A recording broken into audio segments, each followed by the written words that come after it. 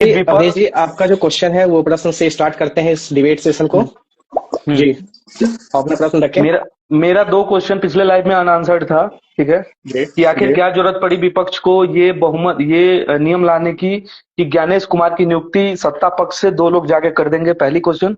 और दूसरा क्वेश्चन ये था कि बिहार चुनाव में जो टोटल वोटर्स थे 7,42,000 थे, 7 करोड़ जी 42 लाख, ठीक है। जी जी। और 11 तारीख के बाद अचानक से 7 करोड़ 45 लाख, 3 लाख वोटरों का इजाफा कैसे हुआ? दो क्वेश्चन मेरे अनआंसर्ड थे। सौरभ जी, इस पर रिप्लाई करेंगे? जी बिल्कुल, इसमें मैं मैं इसका थोड़ा एक और इसमें एक थोड़ा जोड़ देना चाहता हूँ मैं। जैसे एक मास्टर होते हैं, मतलब कोई टीचर है, उसके 4-5 बच्चे जो है अच्छे प्रिय छात्र होते हैं। जब वो हम्म। पास होते हैं ना, तो आप देखेंगे उन पांचों के नंबर एक जैसे ही आए होते हैं। हाँ, तो इसमें बहुत अब बार की हुआ बार है। भी जीतने वाले एक कुछ एक मंत्री और कुछ एक नेता ऐसे थे जिनके सबके वोट देखोगे तो वही 1-22 के आसपास, 400 एक समथिंग। एक 22 वाला भी आंकड़ा है, और एक वाला भी आंकड़ा है, 1,01,000 वाला भी 4-5 लोग हैं। तो इसमें एक फिर बात आप एक ये भी 24 है वाला कि नहीं देखें, क्या एक 24 वाला भी एक आंकड़ा है। अरे उस पर मैं नहीं जाता हूँ, वो हाइपोथेटिकल क्वेश्चन, मेरा दो क्वेश्चन है, वो हाइपोथेटिकल नहीं है, मैंने मेरे यही क्वेश्चन बोला पे। कि क्या उस प्रिय शिक्षक के 4-5 छात्र हैं जो एक जैसे नंबर से पास हुए हैं? उस पे भी एक थोड़ा बात करेंगे हम लोग, इस पे ये भी रखा उसका जाए। आंसर मिल जाएगा जब ये दोनों क्वेश्चन का आंसर मिल जाएगा ना, तो अपने आप पता चलेगा कि वो प्रिय छात्र हैं भी कि नहीं, मतलब हम क्या सोच रहे हैं। तो सौरभ जी जी इसका सौरभ जवाब जी। दे रहे थे। हाँ। जी मैं इसका जवाब देना पसंद करूंगा, क्योंकि बहुत कॉमन क्वेश्चन है और ये मेरी समझ से बहुत ही नपातुला सवाल है। नपातुला मतलब कि लॉजिकल क्वेश्चन है ना। ये ऐसे हवा में पूछा गया सवाल नहीं है। तो किसी भी लॉजिकल सवाल का आंसर मेरे हिसाब से लॉजिकल ही होना चाहिए, हवा में नहीं होना चाहिए। तो अगर मैं आपके पहले एक सवाल का जवाब दूं, दो सवाल हैं आपके, उनमें से मैं दूसरे को पहला बना रहा हूं, जिसमें आप कह रहे हैं कि जब वोटिंग नहीं, मतलब ग्यारह एसआईआर के तारीख के अराउंड नहीं नहीं, ऐसा ऐसा यार सी नहीं। बात नहीं हो रही। हाँ, ग्यारह कौन सा तारीख था? के रात 11 तारीख के रात तक, जब तक वोटिंग खत्म हुई, हाँ, 7 करोड़ 42 लाख। ईसीआई का ठीक है, वेबसाइट ठीक मैंने ग्रुप में डाला भी था शायद। ठीक है, और ठीक है, ग्यारह ठीक है। तारीख के सुबह को 3 लाख बढ़ गया। हाँ हाँ। तो इसमें क्या है अवनीश जी, दरअसल बात यह है कि 11 नवंबर को अंतिम चरण का चुनाव था बिहार में। और इस पूरे प्रोसेस को मैं जरा 2 मिनट लूंगा, जरा पूरे प्रोसेस को बताऊंगा। बिहार चुनाव में, जो बिहार चुनाव होने से पहले इलेक्शन कमीशन ने जो है एसआईआर कराना उचित समझा, वहां पे एसआईआर हम्म। हुआ। एसआईआर 30 सितंबर को हो गए। जब एसआईआर हुआ, मैं जरा कुछ अपने फैक्ट्स के साथ बैठा हूं, तो मैं उनको थोड़ा देखूंगा। तो जब बिल्कुल बिल्कुल। एसआईआर जब 30 सितंबर को हुआ, तो 30 सितंबर के बाद पहली लिस्ट जारी हुई, जिसमें 7,42,00,000 वोटर जो है, 7 करोड़ 42 लाख शामिल हम्म। हुए, और 65 लाख वोटों को रिमूव किया गया। ये 30 सितंबर को इलेक्शन कमीशन ने जो है अपने प्रेस में बताया। एग्री। उसके agree, okay, thank you sir. उसके बाद आपका कहना है कि अचानक से ये 11 सितंबर को, अरे सॉरी, 11 नवंबर को एक लिस्ट आती है, जिसमें हमें पता चलता है कि 7 करोड़ 42 लाख से 7 करोड़ 45 लाख हो गए हैं वोटर्स। हम्म हम्म हम्म। तो सर मैं आपको बताना चाहूंगा कि ये 7 करोड़ 45 लाख के बीच की कहानी, ये 30 सितंबर और 11 नवंबर के बीच की कहानी जो है, उसमें आप, अगर उससे आपको पहले याद होगा, उससे पहले एक अगर क्वेश्चन, शॉर्ट अगर शॉर्ट आप क्वेश्चन है कि ये सर बस, हाँ हाँ फाइनल लिस्ट एसआईआर की कब जारी हुई थी? बस हाँ, उसके मैं बाद आप बता, आंसर करिएगा। फाइनल लिस्ट जिस दिन डेट ऑफ अनाउंसमेंट था वो 6 अक्टूबर था। Election hmm. Date of announcement जिस चलिए, दिन हाँ था ठीक। वो 6 अक्टूबर था। और ठीक। आपने बड़ा अच्छा सवाल किया सर, मैं यही आने ही वाला था। जिस दिन इसलिए मैंने इन्होंने पहले पूछ लिया, मेरे पास एक हाँ बैकअप रहेगा ना, इसलिए मैंने पूछ लिया। हाँ जिस दिन 6 अक्टूबर को इन्होंने अनाउंस किया, उस दिन इलेक्शन अनाउंस किया, उस दिन वोटरों की संख्या 7 करोड़ 43 लाख 55,976 थे। ठीक है। ये 42 लाख से इतर क्यों हुए वो भी बता दे रहा हूं। उसमें नहीं, वो तो समझ नंबर आता है ऑफ, कि फाइनल नहीं नहीं, लिस्ट नहीं था, कुछ एडिशन कुछ फाइनल सब्ट्रैक्शन हुआ था। फाइनल सर वो भी मैं जरा सर फैक्ट्स के साथ आया हूं। तो number hmm. Of service voters 1,63,619, और ठीक नंबर है। ऑफ यंग यंग वोटर्स हम्म 14,01,150। अगर इन हम्म। दोनों को ऐड कर देंगे आप, 7 करोड़ 42 लाख में ऐड करेंगे, तो ये आपको लगभग 7 करोड़ 43 लाख मिल जाएगा। तो 6 अक्टूबर को डेट अनाउंस हुआ, इलेक्शन कमीशन ने जो है बोला कि 7,43,55,976 वोटर्स हैं अभी इस लिस्ट में। उसके साथ ही सर एक लिस्ट और प्रेस और रिलीज हुई, जिस प्रेस का मैं यहाँ पे भी स्क्रीन शेयर करके तो नहीं दिखा सकता, आप कहेंगे तो मैं बाद में वो प्रेस आपको भेज दूंगा। उसको मैं प्रेस अटैच कर नोट दूंगा, का जब जब इसको शेयर करूंगा ना तो उसमें अटैच कर दूंगा। ओके, उस प्रेस नोट का पॉइंट नंबर 6, उसमें इलेक्शन कमीशन ने साफ साफ लिखा है, if any eligible person still wishes to apply for inclusion of their name in electoral roll, they can submit an application up to 10 days before the last date of filling nomination for the election. अब sir exact last date of nomination मुझे नहीं पता है, ये मेरे 21 समझ से अक्टूबर 21 अक्टूबर के आसपास। नहीं, 21 अब अक्टूबर के बीच 10 दिन पहले आपने कहा, 21 अक्टूबर के 10 दिन पहले यानी 11 अक्टूबर। हाँ 11 अक्टूबर बिल्कुल सही। तो आप ऐसा कह रहे हैं कि 6 अक्टूबर को प्रेस रिलीज हुआ। ठीक है ठीक है, हाँ हाँ कंटिन्यू। 6 अक्टूबर को जो अनाउंसमेंट हुआ, उसके बाद एक प्रेस रिलीज हुआ जिसमें इन्होंने कहा कि आप जो है लास्ट नॉमिनेशन फिलिंग जो डेट है उससे 10 दिन पहले तक आप अपने जिनको भी ऐड अपना नाम कराना होगा वो नाम ऐड करा लेंगे। तो अब बीच इलेक्शन में इलेक्शन कमीशन इसको बता नहीं सकता था, तो इसीलिए जब 11 नवंबर को इलेक्शन खत्म हुए तो नंबर ऑफ टोटल वोट्स उन्होंने 7,43,00,000 से बढ़ा के 7,45,00,000 दिखाया। एक क्वेश्चन है इसमें, अब आप ऐसा कह रहे हैं कि 6 अक्टूबर को जो उनका प्रेस रिलीज हुआ, डेट ऑफ अनाउंसमेंट हुआ, कब नॉमिनेशन होने हैं, कितने चरण में, कब कब चुनाव होगा, कब रिजल्ट आएगा, ठीक है। उसके बाद आप ऐसा कह रहे हैं कि 6 और 11 अक्टूबर के बीच में एक और प्रेस रिलीज आया और उसमें ये कहा गया कि 11 अक्टूबर तक जिनको भी अपना नाम ऐसा लग रहा है कि कट गया है उनको ऐड करवाना है तो वो ऐड करवा सकते हैं, राइट। नहीं, ये जिस दिन डेट ऑफ अनाउंसमेंट था उसी दिन के प्रेस नोट में है ये। हाँ, उसी दिन मान लेते हैं, मतलब 6 और 11 मतलब 5 दिन का समय लगभग ईसीआई ने दिया, ठीक है। 5 दिन के समय में 2 लाख वोटर्स बढ़े। अभी मैं उस पर आ रहा हूँ। तो आपका कहने का मतलब ये है कि इसमें 2 लाख वोटर्स ने अपने रजिस्ट्रेशन कराया और वो पास हो गए और वो ऐड भी हो गए, ठीक है। तो मोरल ऑफ द क्वेश्चन मेरा एक यहाँ पे ये है कि क्या ईसीआई का ये मोरल नहीं बनता है, क्या आपको एज ए बिहारी वोटर ये जानने का हक नहीं है कि बिहार में वोटिंग होने से पहले नॉमिनेशंस खत्म होने तक बिहार में कितने वोटर्स हैं, इसकी जानकारी वोटिंग खत्म होने के बाद क्यों दी गई? अगर ऐसा भी है, चलिए मैं मानता हूं, एग्री करता हूं आपसे। बिल्कुल आप सही सवाल कर रहे हैं। तो जो उनके हिसाब से इसके कई फेज हैं एक्चुअली सर। बिहार चुनाव के ठीक पहले एसआईआर के खिलाफ इंडिया अलायंस गया सुप्रीम कोर्ट। कैसे गया? आर्टिकल 32 का यूज करके ये सुप्रीम कोर्ट गए। तो उनका जाना तो सक्सेसफुल हुआ ना, उनका जाना तो सक्सेसफुल हुआ। सुप्रीम कोर्ट ने माना कि भाई आधार कार्ड को आप वैलिड आइडेंटिटी प्रूफ दीजिए, उनका जाना तो सक्सेसफुल हुआ ना। बिल्कुल बिल्कुल सक्सेसफुल हुआ। तो सर मैं यही कह रहा हूं, आर्टिकल 32 के अंडर में जब ये सुप्रीम कोर्ट गए एसआईआर के खिलाफ तो वहां कुछ चीजें चेंज हुई और उसके बाद एसआईआर हुआ। लेकिन जो ये 6 अक्टूबर का डेट है, ये 6 अक्टूबर के बाद जो है 10 दिन पहले इन्होंने बोला, तो इनके पास 11 अक्टूबर था, ठीक है। अब आपको ये पता है कि कब से नॉमिनेशन स्टार्ट हो गए थे? पहले फेज की नॉमिनेशंस आई थिंक 12 से 17 के बीच में था और उसके बाद 21 तक था सेकंड फेज का। हाँ सर, धन्यवाद सर। अब इसमें आप देखेंगे 10 दिन का जो गैप है उसमें अगर आप माइनस करेंगे तो 11 अक्टूबर आ रहा है। अब इनको 12 तारीख से नॉमिनेशन स्टार्ट इनका हो जाएगा। तो उस बीच में इलेक्शन कमीशन जो है कोई डाटा नहीं देता है। जब इलेक्शन पूरी तरीके से समाप्त हो जाता है उसके बाद 11 नवंबर को ये रिलीज होता है। अब सर आप मेरे से सवाल करेंगे, मेरे पास जो फैक्ट्स थे वो मैंने आपको बता दिए।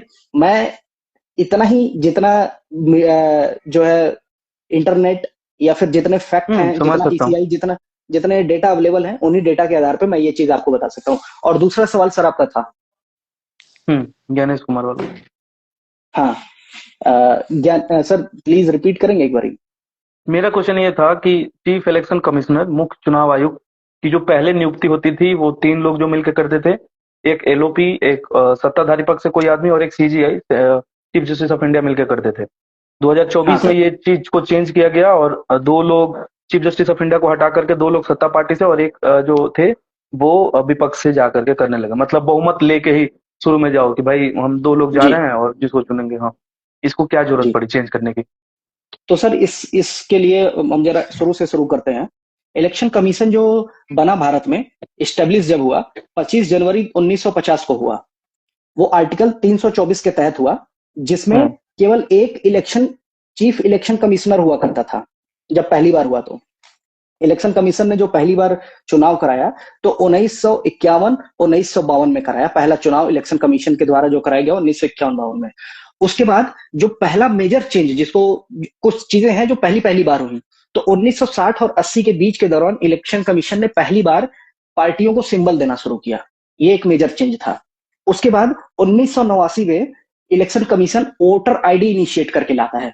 और वोटर आईडी उसके पहले नहीं हुआ करते थे, लेकिन उस वोटर आईडी में पहली बार 1989 में इन्होंने फोटो ऐड करना स्टार्ट किया कि आपकी आइडेंटिटी उस वोटर आईडी कार्ड में रहेगी। उसके बाद सर, ये जो आप कह रहे हैं, इस दिशा में पहली बार जो मेजर चेंज हुआ वो हुआ 1993 में। 1993 में सरकार या इलेक्शन कमीशन ने यह डिसाइड किया कि यहाँ केवल एक चीफ इलेक्शन कमिश्नर नहीं रहेगा, ये मल्टी बॉडी सिस्टम बनेगा। मल्टी बॉडी सिस्टम इन्होंने चेंज किया 1 अक्टूबर 1993 में, जिसमें इन्होंने कहा कि ये 3 मेंबर की कमीशन होगी, जिसमें एक चीफ इलेक्शन कमिश्नर होगा और 2 इलेक्शन कमिश्नर्स होंगे। Okay sir. ठीक है। और उसके बाद इनको नियुक्त करने का प्रक्रिया जो है वो था सीजेआई और एक सरकार और एक विपक्ष और 2 अन्य लोग। इसको 2023 में, आपने 2024 कहा, इसको 2023 में सरकार ने बदला। और सरकार ने जो बदला वो एक बारी मैं आपको,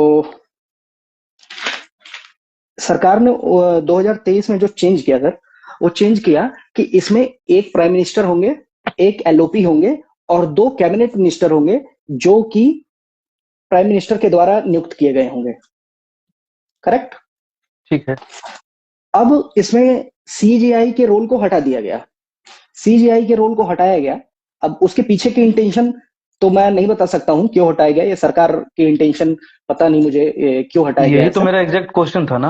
नहीं, अब मैं उसमें बता रहा हूं ना सर, ये सारी चीजें मैंने आपको पहले बताया कि जो है सुप्रीम कोर्ट इंडिया अलायंस जो है वो सुप्रीम कोर्ट गई थी आर्टिकल 32 का यूज करके।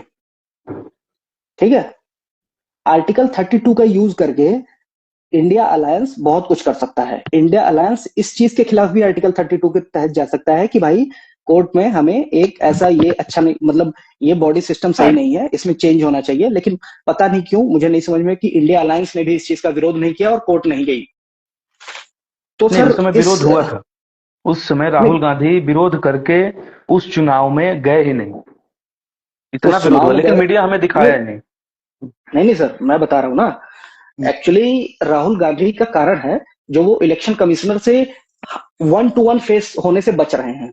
उसका कारण ये है कि जैसे आपका सवाल था, उस सवाल को मैंने फैक्ट वाइज जवाब दे दिया। भारत की न्याय व्यवस्था में जो नहीं, उसका जवाब अभी नहीं मिला ना कि आखिर सीजीआई को हटा करके अपने 3 लोग, आप 3 लोग कह रहे हैं, 4 लोग जा रहे हैं, तो उसमें एक विपक्ष जा रही है, 3 लोग अपने ले जा रहे हो, तो आखिर उसकी जरूरत क्या पड़ी? सर आपको इस चीज का जवाब नहीं मिला और मुझे आज तक इस चीज का जवाब नहीं मिला कि जब राजनारायण के खिलाफ रायबरेली में माल प्रैक्टिस के तहत इंदिरा गांधी को इलाहाबाद हाई कोर्ट ने माल प्रैक्टिस में बैन कर दिया, बैन नहीं, एक तरीके से नल कर दिया कि आप तब तक प्रधानमंत्री नहीं बन सकती जब तक वर्डिक्ट नहीं आ जाएगा। नहीं, उनका तो कैंडिडेचर ही रद्द हो गया था ना उस समय। उस समय की बात, हाँ, कैंडिडेचर रद्द हुआ जिसके तहत उन्होंने आपातकालीन की घोषणा करके उस चीज को रद्द किया और खुद इलेक्शन में खड़ी हुई और उस इलेक्शन में वो हार गई।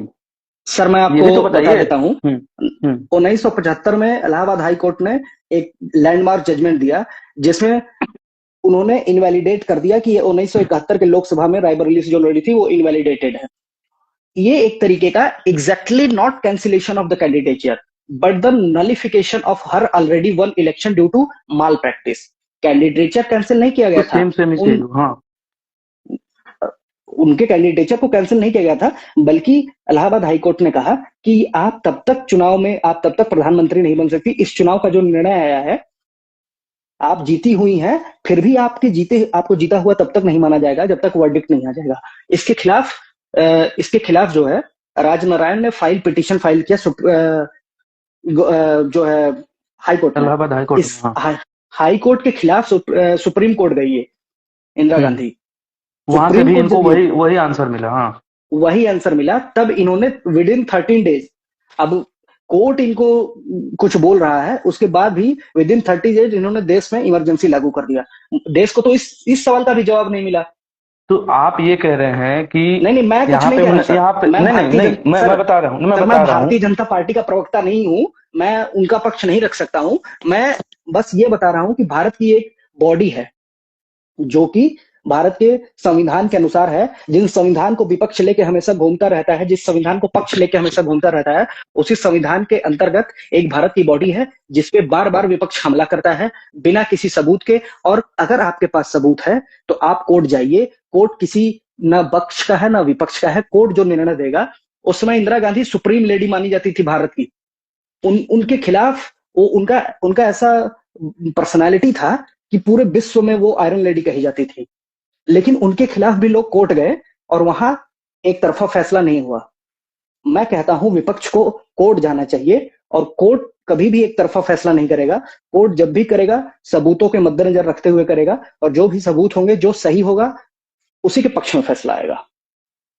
विनय जी कुछ कहना चाह रहे हैं? मेरा क्रॉस क्वेश्चन, अच्छा ठीक है। मेरा ये था कि उस टाइम पे भी लोग जाते थे, सुप्रीम कोर्ट में भी जाते थे, हाई कोर्ट में भी जाया जाता था। लेकिन अगर इंदिरा गांधी मतलब इतने छापे नहीं मरवाती थी, ना सीबीआई के, ना ईडी के, ना दबे मुकदमे एग्जैक्टली। बहुत अच्छा सवाल किया आपने। इतना क्रूशियल कर दिया है कि आपके खिलाफ कोई बोल रहा है, आप उसको मतलब ऐसा प्रताड़ित कर दे रहे हैं, ईडी भेज के, सीबीआई भेज के, तमाम तरीके की, आज से 20 साल पहले के मुकदमे उठवा करके, मतलब ऐसा हरास कर दे रहे हैं आपको। लोकतंत्र में यार करप्शन, मतलब मेरे को तो लगता है जितनी क्षेत्रीय पार्टियां हैं सबने किया है, खुल के किया है। ठीक है, बहुत अच्छा सवाल किया विनय जी आपने। सवाल का जवाब देना चाहता हूँ, बड़े ही में दूंगा और बड़े फैक्ट्स के साथ दूंगा। एक तरीके से आप कह रहे हैं कि ये लोकतंत्र प्रहार है नरेंद्र मोदी सरकार का। जो भी इनके खिलाफ खड़ा होता है उनके खिलाफ सरकार ये जो है काम कर देती है। बिल्कुल करते हैं। और ऐसा ये केवल इंडिविजुअल के साथ नहीं करते, सरकारों के साथ भी करते हैं। हर किसी के साथ जो एंटी गवर्नमेंट होती है किसी भी स्टेट में, उसके साथ हमेशा से जो भी सेंट्रल में सरकारें रही हैं वो हमेशा से करती आई हैं। उसका एक उदाहरण मैं आपको दे देता हूं। इस देश में जो सबसे बड़ा रूल है वो है प्रेसिडेंट रूल। अगर किसी भी स्टेट पे या प्रेसिडेंट रूल कहीं भी लग गया तो वो रूल सर्वमान्य है, उससे कोई समझौता नहीं हो सकता।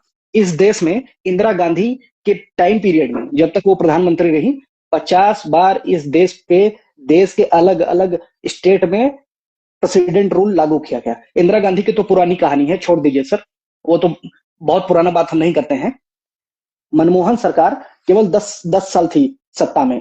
इस 10 साल के दौरान में 12 टाइम्स इन्होंने प्रेसिडेंट रूल लागू किया। और सर मैं केवल ये यूपीए गवर्नमेंट की बात नहीं कर रहा हूं, मैं बीजेपी गवर्नमेंट को भी बताना चाहता हूं। BJP government 10 times with in 18 years इन्होंने प्रेसिडेंट रूल लागू किया। कहा 5 बार वाजपेयी जी ने किया और 5 बार मोदी जी ने किया। आंध्र प्रदेश, अरुणाचल प्रदेश, उत्तराखंड, जम्मू कश्मीर और महाराष्ट्र, ये और भी स्टेट्स हैं, झारखंड, नागालैंड, उसमें तमाम सरकारें करती रहती हैं। लेकिन मेरे कहने का मतलब ये नहीं है कि सरकार जब भी प्रेसिडेंट रूल लागू करती है तो सीधे सीधे किसी दूसरी पार्टी या दूसरी सरकार को सत्ता से बेदखल नहीं कर देती है। कभी कभी चुनाव के प्रोसेस में कुछ गलतियां हो जाती हैं, कभी कहीं गवर्नमेंट नहीं बनती है, उसकी वजह से प्रेसिडेंट रूल लागू होता है। जैसे कि एक आम उदाहरण देख सकते हैं हम, जब दिल्ली में केजरीवाल जी ने इस्तीफा दिया कांग्रेस से नाराज होके, तब कुछ दिनों के लिए प्रेसिडेंट रूल लगा था। तो सर मैं यही कहना चाहता हूं कि इस देश में 2 मौसेरे भाई हैं, दोनों एक कॉमन फील्ड पे खेलते रहते हैं, कभी तीसरे आदमी को मौका नहीं देते हैं। और इन्हीं 2 मौसेरे भाइयों ने इस देश की ये हालत कर दी है कि आज देश का पढ़ा लिखा बीटेक क्वालिफाइड लड़का इस देश की एक बॉडी पे विश्वास नहीं कर पा रहा है कि वो फेयर इलेक्शन करा रही है कि नहीं करा रही है। इवन दो उसको पता है कि फेयर इलेक्शन हो रहे हैं, फिर भी उसको डर है कि सरकार कहीं ना कहीं कुछ न कुछ गड़बड़ कर रही है। चलिए, मेरा कहना यह है कि आप अभी का जो मेरा क्वेश्चन था कि आखिर ज्ञानेश कुमार की नियुक्ति इस तरीके से क्यों हुई, तो इस चीज को सपोर्ट करने के लिए आप इंदिरा गांधी के एरा में चले गए। चलिए मानता हूँ, नहीं मानता हूँ, नहीं, मुझे आप कंप्लीट करने दीजिए, मुझे कंप्लीट करने। मैंने आपके बस एक मिनट, मैं वो ज्यादा नहीं, 1 मिनट टाइम दूंगा। मैं इंदिरा गांधी के एरा में नहीं गया, मैं इंदिरा गांधी की एरा में गया, मनमोहन के एरा में भी गया। मैं बस ये कहता हूं, रूल चाहे सौरभ तोड़े, चाहे विनय, चाहे अवनीश, चाहे शशांक, रूल किसी को नहीं तोड़ना चाहिए। रूल रूल होता है, वो चाहे इंदिरा गांधी तोड़े, चाहे नरेंद्र मोदी तोड़े, इंदिरा चाहे राहुल गांधी गांधी तोड़े। इंदिरा गांधी की आप आपातकालीन की बात कर रहे हैं। इंदिरा गांधी आपातकालीन के बाद जब भारत में इलेक्शन हुए उसमें बुरी तरीके से हार गई थी इंदिरा गांधी, और ये इस यार बात का अवनीश सबूत भाई, है। मेरे को एक इस बात मेरे को एक बात करनी है। मान लिया मैं 2018 में वोटर बना, तमाम चीजें गलत रही, मेरे को सवाल सूझने लगे 18 से। मतलब हर चीज में आप पिछली नस्लों को कुरेद रहे हो, जो गढ़ चुके हैं उनको उठा रहे हो। आप अब नहीं, उनका अपना भी कहना 10 ईयर सही है। पास्ट उनका भी कहना सही है कि अगर आपने दोनों लोग गलत तमाम विनय कर जी, रहे सबसे हैं। बड़ी बात ये होती है ना, विनय जी, सबसे बड़ी बात ये होती है कि कुछ भी हो, प्रेजेंट में जो हो रहा है वो चीजें सही है, बट इतिहास को हम ऐसे ही इग्नोर नहीं कर सकते हैं। उसके इतिहास माध्यम से से ही हम, सीखा जरूर जा हाँ सकता बिल्कुल है, बिल्कुल, लेकिन उसमें इतिहास से ब्लेम नहीं सीख किया करके जा ही आगे सकता कर कि सकते फलाने हैं। ने किया था तो मैं भी ऐसा ही करूंगा। नहीं, और उसका दूसरी उदाहरण बात, उदाहरण के तौर पर हम पेश कर सकते हैं इतिहास को। उदाहरण के तौर पर अगर आप पेश कर रहे हैं तो फिर क्या सीखा आपने?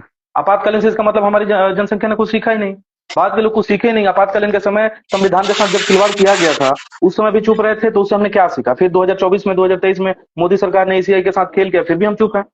तो इतिहास के साथ हमने सीखा क्या? कुछ नहीं। सर आपका हम जहां 1975 में सर थे आपका फिर अभी सवाल जायज है। 2023 में। सर आपका सर हर दिन वही आप ईसीआई ईसीआई, कब तक शशांक ईसीआई भाई को ही एक ब्लेम करेंगे? शशांक अरे शशांक ईसीआई एक ही मिनट, शशांक पूरे एक मिनट। भारत में मैं सर डेमोक्रेसी आपके की सवाल रक्षा कोई करता है तो वो सर ईसीआई ही करता है, तो ईसीआई पे ही सर ब्लेम होगा। सर आपके सवाल का जवाब मैं सौरभ जी एक मिनट, बहुत सौरभ जी एक मिनट लेना चाहूंगा। अवनीश भाई साहब, बात ऐसी है ना कि 272 लोगों ने अभी लेटर लिखा है राहुल गांधी के खिलाफ, बिल्कुल। अरे वो जिसमें उन्होंने 272 कहा है, क्या, एक उसमें सेकंड, वो रिटायर्ड वैसे सीसीआई वैसे भी हैं वैसे और वैसे तमाम। मैं 375 लोगों को खड़ा कर दूंगा, उसका कोई नहीं, मान्य नहीं है, उसका कोई सर मान्य नहीं है, वो कोई वैलिड नहीं है, सर वो कोई वैलिड सर मेरी नहीं, सरकार। सबसे एक बड़ी मेरा सेकंड, दिक्कत पॉइंट ये है, सुनिए। सर सबसे जितने बड़ी लोग दिक्कत उसमें यही है। ब्यूरोक्रेट्स हैं, जितने उसमें ब्यूरोक्रेट्स हैं, वो कहीं ना कहीं किसी ना किसी छापे मुकदमे में उन पे ऑलरेडी केस चल चुका है, केस दब चुका है, सरकार के दबाव में आकर उन्होंने लिख दिया होगा, बात खत्म है। अवनीश सर, बात ऐसी है, अगर वो नहीं लिखते हैं 20 सालों के पहले के जब मुद्दे उखड़ रहे हैं, तो क्या आपको लगता नहीं 5 साल पहले का मुद्दा नहीं पड़ेगा? सब पे कहीं ना कहीं कुछ ना कुछ केस है, कोई आईपीएस है, कोई आईएएस है, कुछ उस तरीके पकड़े गए सारे लोग हैं, उन पर मुकदमा चल चुका है। सबसे बड़ी दिक्कत ये है ना, जेनजी राहुल गांधी को समझ पाते हैं, उनकी सबसे बड़ी दिक्कत ये है कि उनको ऐसा लगता है कि राहुल गांधी ही सही है, बाकी इलेक्शन राहुल कमीशन गांधी का झूठा यहाँ पे है। बात ही मैंने नहीं सर किया ना, एक मैं बात मिनट, कर रहा सर हूँ एक मिनट, विपक्ष में मैं इसीआई पे बात जो कर रहा हूँ। प्रश्न उठाए जाते हैं, कृपया सबसे मुझे पहले मैं प्रश्न बात राहुल गांधी उठाते हैं, और नहीं, एमओपी वही है। कृपया लीडर एक मिनट मुझे दिया जाए। यहाँ ना राहुल गांधी की बात कर रहे हैं हम, ना एग्जैक्टली नरेंद्र मोदी की बात कर रहे हैं हम, यहाँ इलेक्शन कमीशनर की बात कर रहे हैं, तो इलेक्शन कमीशन तक ही इलेक्शन सीमित रहे। इलेक्शन कमीशन पे जो शशांक जी सवाल एक किए मिनट, जा रहे हैं, शशांक जी एक मिनट, मैं जी अपना जवाब दे देता हूँ, फिर उसके बाद आप अपना जवाब दीजिएगा। सॉरी, अवनीश सर का सवाल मुझसे यही था कि क्या ज्ञानेश कुमार का अपॉइंटमेंट जो एज ए इलेक्शन कमिश्नर है, क्या वो सही है? मैं कहता हूं नहीं है, मैं कहता हूं वो नहीं है। कोई भी आदमी जो पढ़ा लिखा होगा, जिसके पास सेंस ऑफ ह्यूमर होगा, जो थोड़ा सा भी सोचता समझता होगा, उसको ये बात पता होगा कि अगर किन्हीं 4 लोगों को एक राजा चुनना है और उन 4 लोगों में तीन तीन भाई हैं अपने और सगे एक हैं। दुश्मन है, एक दुश्मन है, अगर इन 4 लोगों में वोटिंग कराई जाए तो कौन जीतेगा? 3 या 1? बिल्कुल 3 वाला जीतेगा, बिल्कुल 3 वाला जीतेगा। 3 वाला जीतेगा। लेकिन मेरा सवाल अवनीश जी से ये है कि अगर ये 3 एक तरफा वोटिंग करके इसको चुन लेते हैं, किंग को चुन लेते हैं, तो इस बंदे के खिलाफ इस देश में लोकतंत्र ने इतनी शक्ति दी है, इस देश का कोर्ट है उसके पास, उसने जैसे एसआईआर के खिलाफ वो गया और उसने एसआईआर को रोका, उसने चेंजेस करवाए। ये विपक्ष के लिए मैं सराहनीय कदम है, विपक्ष ने बहुत अच्छा किया। मैं कहता हूं राहुल गांधी क्यों नहीं जाते हैं इस चीज के खिलाफ सुप्रीम कोर्ट? इसका आंसर है, यार, जैसे ये प्रश्न उठा, मैं इसका फैक्ट दे देता हूँ, एक सेकंड, मैं फैक्ट दे देता हूँ। 1961 रूल बुक में 93 आर्टिकल का सेकंड का पैराग्राफ ए में लिखा गया था कि आप किसी भी वर्डिक्ट में ईसीआई को भी घेरे में लेकर के सुप्रीम कोर्ट में जा सकते हैं। और जैसे ही राहुल गांधी ने ये क्वेश्चन उठाने शुरू किया, उसमें चेंज कर दिया गया। कितने लोगों को पता है? यहाँ पे किसी को नहीं पता है, मीडिया दिखाता ही नहीं है। 93 आप जाके चेक करिए, जाके आप गूगल करिए। बात ये है कि एक ऐसा जज जिसके घर पे 8,000 करोड़ रुपए मिलते हैं, वो आग लगा देता है पैसों के, और ये सारे सुप्रीम कोर्ट और सारे कोर्ट होने के बावजूद उस पर चार्जशीट नहीं होता। तो लूप होल्स तो पता नहीं कितने हैं और किसमें फंसा जा रहा है। और वो तो ठीक है, लेकिन सौरभ जी ने जो कह रहे हैं ना कि आप राहुल गांधी ईसीआई के खिलाफ सुप्रीम कोर्ट में क्यों नहीं जा रहे हैं, तो जैसे ये हवा उठी, जैसे ये खबर उठी, तुरंत के तुरंत एक रूल पास किया गया। आप जाके गूगल कर लेना, मैं गूगल करके आया हूं 1961, 93 आर्टिकल सेकंड का ए पैराग्राफ को चेंज कर दिया गया कि ईसीआई से कितनी भी गलतियां हो जाए आप सुप्रीम कोर्ट उनके लिए नहीं जा सकते हो। आप जाके गूगल कर सकते हैं। और सर इसके मैं साथ साथ बिल्कुल नहीं नहीं मैं ईसीआई के साथ पे मैं भी कुछ फैक्ट्स लाया हूं, उसको मैं रखना चाहूंगा। चलिए, ज्ञानेश बिल्कुल कुमार की नियुक्ति कैसे हुई अब तो उसको हम बदल नहीं सकते हैं, लेकिन ज्ञानेश कुमार के होने से और ईसीआई के साख कैसे खराब हो रही है, राहुल गांधी क्या कर रहे हैं मुझे उससे कुछ लेना देना नहीं है। राहुल गांधी और as a Jain ji, as a हम लोगों को ये समझना है कि क्या ये चीज सही हो रहा है। अगर हमारे नजर में ये सही हो रहा है तो राहुल गांधी कौन होते हैं भाई? हम भारत के लोग हैं, हम चाहे तो राहुल गांधी है, हम चाहे तो नरेंद्र मोदी। मैं महाराष्ट्र इलेक्शन को लेता हूं, ठीक है। 19 फरवरी 2025 को ज्ञानेश कुमार ने पदवी संभाल ली, ठीक है। 2024 इलेक्शन में आप अगर लोकसभा के इलेक्शन का एनालिसिस थोड़ा सा करोगे महाराष्ट्र का, तो उसमें 9 सीट जो है बीजेपी को है, और एनडीए को आप पूरा अगर गणना करोगे तो 17 सीट है। कांग्रेस को पूरा 13 सीट है, लेकिन कांग्रेस प्लस मतलब बाकी सारी पार्टियों को मिलाकर के उसको 30 सीटें आई। अब समझिए कि ठीक 6 महीने के बाद ये चुनाव जो हुआ अप्रैल में खत्म हुआ, और उसके ठीक 6 महीने के बाद ये चुनाव नरेंद्र मोदी के चेहरे पर लड़ा गया। और ठीक 6 महीने के बाद विधानसभा का चुनाव होता है महाराष्ट्र का, उसमें एनडीए को आते हैं 230 सीट और कांग्रेस प्लस को आते हैं मात्र 46 सीट। ये उल्टा से भी उल्टा हो गया। अब आगे देखिए, ये जो मई में मतलब लोकसभा चुनाव के समय जो आंकड़े थे, जो वहां के वोटर्स थे, वो मात्र 9.9 करोड़ थे, ठीक है। और 2019 मतलब 5 साल पहले जो वोटर्स की संख्या थी वो 8.8 करोड़ थी। मतलब 2019 से 2024 के बीच में 32 लाख वोटर्स ऐड किए गए नए। मतलब प्रत्येक साल अगर मान लें हम, तो प्रत्येक साल प्रत्येक महीने 50,000 वोटर ऐड किए गए। समझिएगा, मैं फिर से बता रहा हूं, 2019 में महाराष्ट्र में नंबर ऑफ वोटर्स जो थे वो 8.98 करोड़ थे। 2024 मई में जो नंबर ऑफ वोटर्स थे वो 9.29 करोड़ थे। और इसमें जो इजाफा हुआ वो 5 सालों में 32 लाख, यानी पर मंथ लगभग 50,000 का इजाफा हुआ। 6 महीने बाद नवंबर 2024 में जब विधानसभा का चुनाव हुआ, जिसमें नरेंद्र मोदी सरकार को 230 सीटें आ गई, उसमें नंबर ऑफ वोटर्स जो थे, आप गौर करिएगा, 9.29 से 9.7 करोड़। अकेले 40 लाख का इजाफा मात्र 5 महीनों में हुआ। उधर 5 सालों में 32 लाख और इधर 5 महीनों में 40 लाख नए वोटर्स ऐड किए गए। मतलब प्रत्येक महीने 8 लाख। कहा एक तरफ 50,000 प्रत्येक महीने ऐड होते गए, और इन 5 महीनों में नरेंद्र मोदी सरकार को जब झटका लगा तो इन 5 महीनों में 8 लाख प्रति महीने वोटर्स कहां से ऐड हो गए। अभी और सुनिए, महाराष्ट्र इलेक्शन का ही मैं आगे बता रहा हूं। 5 बजे तक महाराष्ट्र इलेक्शन में ईसीआई का जो आंकड़ा आया, मतलब विधानसभा चुनाव की मैं बात कर रहा हूं, जिसमें बीजेपी को बहुमत मिला, शाम के 5 बजे तक 59% लोगों ने वोट कर दिया था। नियम यह है कि 5 बजे तक जितने लोग बूथ पे चले गए, बूथ पे उनको लाइन लगवा के उसके बाद बूथ के गेट को ताला मार दिया जाता है। उसके बाद एंट्री बंद हो जाती है। जितने लोग लाइन में उस समय तक रहते हैं उन सभी को वोटिंग कराई जाती है। नियम यही है। 5 बजे तक 59% लोगों ने वोट कर दिया था, ऐसा ईसीआई का आंकड़ा था। सुबह के 7 बजे ईसीआई का आंकड़ा आता है कि भाई 59% कल थे और आज जो हो गए वो 66%, मतलब 7% का इजाफा। और अगर आप नंबर्स में निकालोगे तो लगभग 76 लाख वोटर्स ने 5 बजे के बाद वोटिंग करी है महाराष्ट्र इलेक्शन में। और वो कहां वोटिंग करी है? तो उन 76 सीट्स पे जहां बीजेपी पूर्ण बहुमत के साथ जीती है। और उन 76 सीट्स में मात्र 12,000 पोलिंग बूथ्स हैं। और अगर एक पोलिंग बूथ पे अगर आप नंबर्स निकालोगे तो 600 का आंकड़ा आता है। मतलब 5 बजे के बाद 600 लोगों ने वोट किए हैं। तो आप समझिए कि अगर एक व्यक्ति को वोट करने में अगर 1 मिनट लगता है, तो आप सोचिए कि 600 लोगों को कम से कम 10 घंटा लगेगा वोट करने में। मतलब सुबह के 3 बजे तक वोटिंग हुई है क्या उन 12,000 बूथ्स पे। और इसी का सीसीटीवी फुटेज मांगा गया एलओपी के द्वारा। अब मैं एलओपी पे आता हूं। एलओपी राहुल गांधी ने इसका सीसीटीवी फुटेज मांगा कि भाई ईसीआई मुझे फुटेज दो। ईसीआई ने क्या किया कि तुरंत एक नियम पास कर दिया कि भाई पहले हम 6 महीने रखते थे, अब मात्र 45 दिन आएगा। 45 दिन निकल चुका है, अब आप आइएगा अगले इलेक्शन में। ये है पूरा ईसीआई का साख। इसमें राहुल गांधी का कुछ लेना देना नहीं है। ये मेरे फैक्ट्स हैं, मैं ग्रुप में डाल दूंगा। अब बताइए। मैं भी इस चीज पर अटैच कर दूंगा। विनय भाई बताइए। क्या तो बोलूं यार, असल में कोई रुक ही नहीं रहा। जो बातें आ रही हैं बहा के लेके जाया जा रहा है। ये बताइए, ये ईसीआई का साख है कि मतलब महाराष्ट्र ठीक है, इलेक्शन मैं को मैं मानता हूँ विरोध होता है। मैं आपने जो एक बात बोली कि लोकसभा की सीट में इनके आए नहीं, विधानसभा में इनको इतना मिल गया, तो मैं आपको बताता हूँ लोकसभा की सीट केरल में सारी कांग्रेस जीती है, लेकिन विधानसभा में गुंजाइश नहीं है उसकी कुछ कर लेने की। अब इस हिसाब से तो केरल में भी गड़बड़ी हो गई है। तो नहीं नहीं, लोकसभा तो विधानसभा केरल में दोनों गड़बड़ी चुनाव हुई है में नहीं, जमीन आसमान का इसका फर्क आंसर है तो दोनों ये के हम बीच। मुझ मुंह से नहीं दे सकते ना, मेरे पास फैक्ट्स है ना भाई, अरे तो मेरे मैं पास भी तो, आप फैक्ट्स है। केरल का निकाल लें, आप केरल का आप निकाल लें, केरल का एक लोकसभा नहीं, एक्साइज केरल का जीते थे, देखिए, कांग्रेस जीती है। केरल का क्या फैक्ट है वो मैं नहीं जानता। मैं एक सर महाराष्ट्र एक इलेक्शन को मिनट। स्टडी किया, उसका फैक्ट्स हाँ, मेरे सामने है। मेरे कुछ आपके क्वेश्चंस हैं, सामने नहीं बिल्कुल क्वेश्चंस हैं आपके कि सवाल। भाई 5 बजे के बाद 3 बजे तक वोटिंग कैसे हुई, और उसका सीसीटीवी फुटेज जब मांगा गया तो उस नियम को चेंज क्यों किया गया, उस नियम को चेंज करके 45 दिन क्यों किया गया। हाँ, नियम को अगर चेंज करना ही था आपको तो आप ऐसा करते कि भाई उस सीसीटीवी को दे करके फिर नियम चेंज कर देते। ये आप उस आप जो सीसीटीवी, बातें बता रहे हैं, बातें सारी आपकी जायज हैं, और सबसे बड़ी बात यह है कि इस पे कोई बोले और बोले वो चुपचाप बोल के शांति से आ जाए, उसको पैसों में खरीद लिया जा रहा है, या अगर करप्टेड है तो उस पर चार्ज लगा दिया जा रहा है। आप इनके कैबिनेट में देख लीजिए, ऊपर से लेकर नीचे तक देख लीजिए, ज्यादातर लोग कौन है जो कभी इधर इस पाले में थे, आज इस पाले में है, मुकदमा छुपाने के लिए इनके साथ आए हुए हैं। विनय अभी भाई, कौन, मैं आपकी बातों में एक बड़ा बहुत अच्छी बात, बहुत प्यारी बात बोली आपने, कि जो आपने बात बोली बहुत अच्छी बात बोली। ये वोट चोरी का मामला बड़ा दिलचस्प और बहुत मतलब रोमांचक है।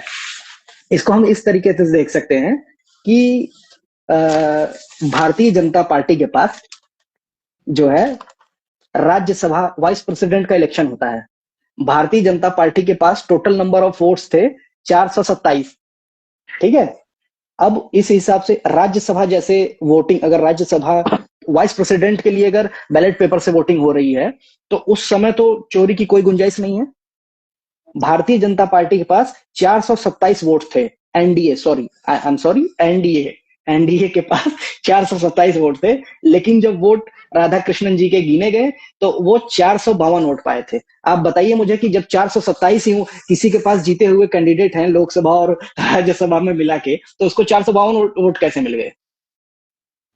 अरे देखिए इस यार, चीज को अगर आप सर उस फैक्ट से आप आंसर मेरा देते, फाइनल मैं समझ रहा स्टेटमेंट, हूँ। सर मेरा फाइनल स्टेटमेंट, इसके बाद किसी एक टॉपिक को हम लेके बैठ जाएंगे तो ये जो है चर्चा दूसरी तरफ चली जाएगी। मैं एक फाइनल स्टेटमेंट देता हूं। आपने महाराष्ट्र चुनाव का अध्ययन किया, आपके सारे फैक्ट सही हो सकते हैं, मैंने अभी नहीं किया है, मैं अध्ययन करके हो सकता है अगले सेशन में आऊं, आपके सारे जवाब दूं। लेकिन मेरा बस एक ही कहना है, अगर विपक्ष अभी भी, अब अगर नहीं, विपक्ष अभी भी वोट चोरी का इल्जाम एनडीए सरकार पर लगा रहा है, और उस अगर नियम आपने एक बताया कि उस नियम को बदल दिया महाराष्ट्र में, 45 दिन कर दिया, अभी 45 दिन बिहार में नहीं बीते हैं, सब कुछ मंगाया जा सकता है, कोर्ट जाया जा सकता है, हर चोरी को रोका जा सकता है। लेकिन मैं आपको सच बता दूं, ये सरकार कभी भी, ये विपक्ष कभी भी सरकार के खिलाफ कोर्ट नहीं जाएगी, क्योंकि ये एग्जैक्टली, और दोनों जाना भी मौसेरे नहीं चाहिए, मैं बता रहा हूँ क्यों। सर मैं बोल बता दीजिए रहा फिर हूं, बताता हूँ। ये दोनों मौसेरे भाई हैं, जमानत पे पिछले 4-5 सालों से राहुल गांधी घूम रहे हैं। क्या आम व्यक्ति जमानत पे घूमता, ऐसे घूम सकता है इतने संगीन केसों में? सोनिया अमित गांधी, शाह भी घूम उनके रहे हैं। दामाद, सब लोग घूम रहे हैं। बिल्कुल। मैं आई अरे एग्री। अमित शाह घूम रहे, जब अमित शाह के ऊपर आरोप लगे थे तो अमित शाह एक बार घूम के चले आए अंदर भी। राहुल कितनी बार घूम के अंदर आए हैं, आप बताइए मुझे। अमित शाह के ऊपर एक बार जब आरोप लगा, गुजरात में इनकी सरकार तड़ीपार, थी, तो एक बार, तड़ीपार का इनका हाँ आरोप लगा हुआ है। तड़ीपार, हाँ बिल्कुल लगा हुआ है, और उसके एवज में ये अंदर जाके आए हैं। लेकिन कोई आदमी जमानत पे घूम रहा है बाहर, आरोप सरासर आरोप है उसके जीजा के ऊपर, उसके ऊपर, उसकी माँ के ऊपर और सरकार के अन्य लोगों के ऊपर। मैं ये पूछना चाहता हूं कि आपका प्यादा चिदम्बरम जेल कैसे जा सकता है, आप क्यों नहीं जा रहे हैं? वही आरोप चिदम्बरम पे है, वही आरोप आप पे भी है। आपका प्यादा जेल चला देखिए गया, आप राजा हैं इसलिए नहीं जाएंगे। मैं लास्ट स्टेटमेंट यही कह रहा हूं, ये दोनों मौसेरे भाई हैं। इस देश को तब तक, जब तक तीसरा विकल्प नहीं मिलेगा, कोई ऐसा व्यक्ति नहीं आएगा जो दोनों के पर्दाफाश ना करे, जो दोनों के राज ना खोले, तब तक ये देश, ये जनता, ये लोग ऐसे ही गुमराह होते रहेंगे। 10,000 पे बिकते रहेंगे, चाहे बिहार में बिके, चाहे झारखंड में बिके। ऐसे कभी नीतीश कुमार 10,000 देके बिहार में जब वोट खरीदेंगे तो विपक्ष चिल्लाएगा, झारखंड में यही जब जो है हेमंत सोरेन, एनडी, हाँ हेमंत सोरेन जब खरीदेंगे, हेमंत सोरेन जब यही पैसे देके वोट खरीदेंगे तो उनको भी विपक्ष उस समय चुप हो जाएगा, कीप साइलेंट हो जाएगा। मैं आपको देखिए इसको भी मैं क्लोज करता हूँ, ठीक है, आपकी दिल्ली में बातें जब मैं एग्री करता हूँ। मुफ्त का भंडारा चला जाएगा, पानी, हाँ, बिजली, बस, तभी मेट्रो, विपक्ष सब। चुप। और ये वही भारतीय जनता पार्टी और यही वही कांग्रेस है जो आम आदमी पार्टी के खिलाफ पंजाब में मिलकर इलेक्शन लड़ रही थी। वो सब मैं समझ रहा हूँ, चलिए अगला लेकिन प्रश्न। मैं, ठीक है, आपने सही बात बोला पंजाब कि ये में दोनों मेरे ख्याल मौसेरे से भाई हैं। मिलके नहीं लड़े थे विधानसभा में ये लोग। नहीं, ये लोग अकेले लड़े थे शायद। हाँ, दिल्ली में ये भी शायद अकेले नहीं लड़ा, वहां पक्का पे है। भी शायद सर मैं इंडिपेंडेंट अकेले, इन्होंने चुनाव कुछ चुनाव है जो लोकल बॉडीज की चुनाव होती हैं, वहां पे बहुत ज्यादा मीडिया नहीं पहुंचता। देश की दिक्कत तो यही है ना सर, इस देश की देखिए, दिक्कत यही मैं है। मैं भी इसको आज क्लोज कर रहा हूँ आज एक बात कह के कि देखिए, सब कुछ ठीक है, ये दोनों मौसेरे भाई हैं। आप जो विकल्प खोज रहे हैं तीसरा, ये विकल्प तब आएगा ना जब हमारे दिमाग में ये चीज बैठेंगी। मैं जो है फैक्ट रखा, ये राहुल गांधी के सपोर्ट में फैक्ट नहीं रख रहा हूँ, या नरेंद्र सर मोदी के विपक्ष में मैं खत्म कर रहा हूँ, ये फैक्ट नहीं रख रहा हूँ। मैं इसलिए रख रहा हूँ कि ये 10 लोग जो देख रहे हैं, 4 लोग जो हम लोग जुड़े हुए हैं, कम से कम ये 14 लोग तो समझे कि भाई कहीं ना कहीं ये किसी भी संवैधानिक बॉडी को टारगेट करके कहीं ना कहीं दोहन अगर हो रहा है, तो वो हम जनता का हो रहा है। और हमको वो तीसरा विकल्प तभी मिलेगा जब हम लोगों के मन में इन दोनों के खिलाफ कहीं ना कुछ हमारे मन में भरेगा। और ये तभी भरेगा जब सच्चाई से हम वाकिफ होंगे। जब बिना मतलब के मोदी मोदी, बिना मतलब के राहुल राहुल कहना जिस दिन बंद कर देंगे, तभी ये पॉसिबल होगा। सर मेरा एक फाइनल स्टेटमेंट इस पे ये है कि हमें कभी भी किसी एक आदमी का पूरी तरीके से पक्ष लेके कभी भी यस, दूसरे हाँ, आदमी को विरोध नहीं करना चाहिए। एग्जैक्टली। हम राहुल गांधी को पूरी तरीके से, हम राहुल गांधी के विचारों का विरोधी हो सकते हैं। अब हम कहिए कि राहुल गांधी का विरोधी बन जाए तो ये गलत है। इस देश का विपक्ष नरेंद्र मोदी का विरोधी बन गया है। नरेंद्र मोदी के विचारों का, नीतियों का अगर विरोधी बनता तो जनता समझती। नरेंद्र मोदी के विरोधी दिक्कत ये है, लोग, भारतीय जनता पार्टी लोगों को समझाने में बड़े अच्छे से कामयाब हो जाती है। ये लोग अच्छा, ये, हाँ, ये केवल एक आदमी को टारगेट करते हैं। वो एक मेरा क्वेश्चन इनके मेरे लिए पूरे आया है, कैरेक्टर को ठीक है। टारगेट करता है। एक मेरे लिए क्वेश्चन आया है सौरभ राय का, ये कह रहे हैं कि हम लोग मोदी राहुल सबको बोलते हैं, आप एक साइड का लेके क्यों आते हैं? भैया, ना ही मैं यहाँ पे किसी का सपोर्ट करा, अगर मैं फैक्ट दे रहा हूँ यहाँ पे, तो आप बताइए कि नहीं इस नहीं, फैक्ट से किसका फायदा हुआ? शशांक भाई ने एक वो भेजा था ग्रुप में जिसमें आपने लिखा जननायक राहुल गांधी। अरे, जननायक उस समय लिखा वो जननायक वाला मैं बता चुका हूँ कि जननायक इसलिए मैंने लिखा क्योंकि वो ट्विटर पे उस दिन ट्रेंड कर रहा था और उसमें मेरे को वीडियो बनाना था, इस वजह से मैं चलिए जननायक राहुल गांधी लिखा। अगला प्रश्न विनय जी से ले लेते हैं। हम्म, विनय जी, ऐसा है कि कोई भी देश के जो विकास होता है, जो विकसित देश बनता है, उसमें पक्ष विपक्ष दोनों का योगदान होता है। पक्ष का थोड़ा ज्यादा होता है, विपक्ष का थोड़ा कम होता है, क्योंकि पक्ष सत्ताधार होता है। लेकिन अभी जो विपक्ष का मुद्दा है वो सिर्फ मोदी ईसीआई इसी में उलझ के रह गया है। तो विपक्ष जो है वो जनता का मुद्दा कब उठा पाएगी, या पक्ष तो उठा नहीं रही है, जैसा विश्लेषण से पता चल रहा है कि हर चीज जो है सो एक दूसरे के भरोसे ही टाले जा रहे हैं। ऐसा नहीं है कि विपक्ष मुद्दे नहीं उठा रहा है, मुद्दे उठा रहा है। जैसे सौरभ भाई ने बताया कि दिखाया, कुछ चीजें दिखाई जा रही है। देखिए, जिसका है ना कि कोई भी देश आगे तभी बढ़ता है जब देश में लेबर भरपूर मात्रा में हो। अब जैसे हम लोग स्किल्ड लेबर हैं, एक लोग मतलब हम ग्रेजुएट होके आ गए हैं। आईटी का बहुत अच्छा काम आप लोग जानते होंगे जो आईटी डोमेन से है। मैकेनिकल का काम एक मैकेनिकल इंजीनियर अच्छा जानता होगा। जितनी ज्यादा शिफ्टें होंगी, जितना ज्यादा मैन्युफैक्चर होगा, उतने ज्यादा मार्केट में कैप्चर बढ़ेगा सामान का, उतने लोग खरीदेंगे, उतना बेचेंगे, ऐसे पैसे बढ़ेंगे ही। तो देश जो सबसे ज्यादा बढ़ेगा वो बढ़ेगा काम से, वो काम मिलेगा रोजगार से। तो जब तक आप मतलब लेबर कोई काम नहीं देंगे आप यूथ को, तब तक आप सोचें कि बैठ के बातें करके बढ़ जाएंगे, कोई देश नहीं बढ़ा है। ठीक है, आपको बार बार जोर देना पड़ेगा कि लोग काम करें, मार्केट में मैन्युफैक्चरिंग आए, उत्पादन बढ़े देश का, लोगों के पास पैसा आए, वो खर्चें, अपने आप पे खर्चें, अपने परिवार पे खर्चें, नई चीजें खरीदें, उससे चीजें होंगी। और दूसरा सवाल क्या था आपका? दूसरा सवाल दूसरा ये कि था कि विपक्ष कहाँ है? विपक्ष सड़कों पे ही है। आप देखेंगे मुद्दे जितने भी आएंगे, जब बंबई से दिल्ली चल के आ गए थे किसान, एक टाइम पे आपने देखा होगा, पैदल चल के आए थे। और जब उनको पता चला कि कल जेई मेंस का पेपर है, जेई एडवांस का पेपर है, तो उन्होंने रात को चले, वो लोग दिन में नहीं चले, सड़कों को बाधित नहीं किया। विरोध हर तरीके से दर्ज कराया जा रहा है। दिखाया किसको जा रहा है? आपने, सबसे बड़ी बात तो है ना कि आपने, मीडिया ने दिखा क्या दिया कि ये तो राहुल हैं जी और ये मोदी हैं जी। ये दो चेहरे ऐसे दिखाए जिसमें वाकई में जो असल मुद्दे थे, आपने उसको बिल्कुल प्यादों की तरह छोटा कर दिया, जो मुद्दे बहुत बड़े थे। ठीक है ये सौरभ जी कुछ ना? कहना चाहेंगे? जी, बड़ा अच्छा पॉइंट विनय भाई ने बोला।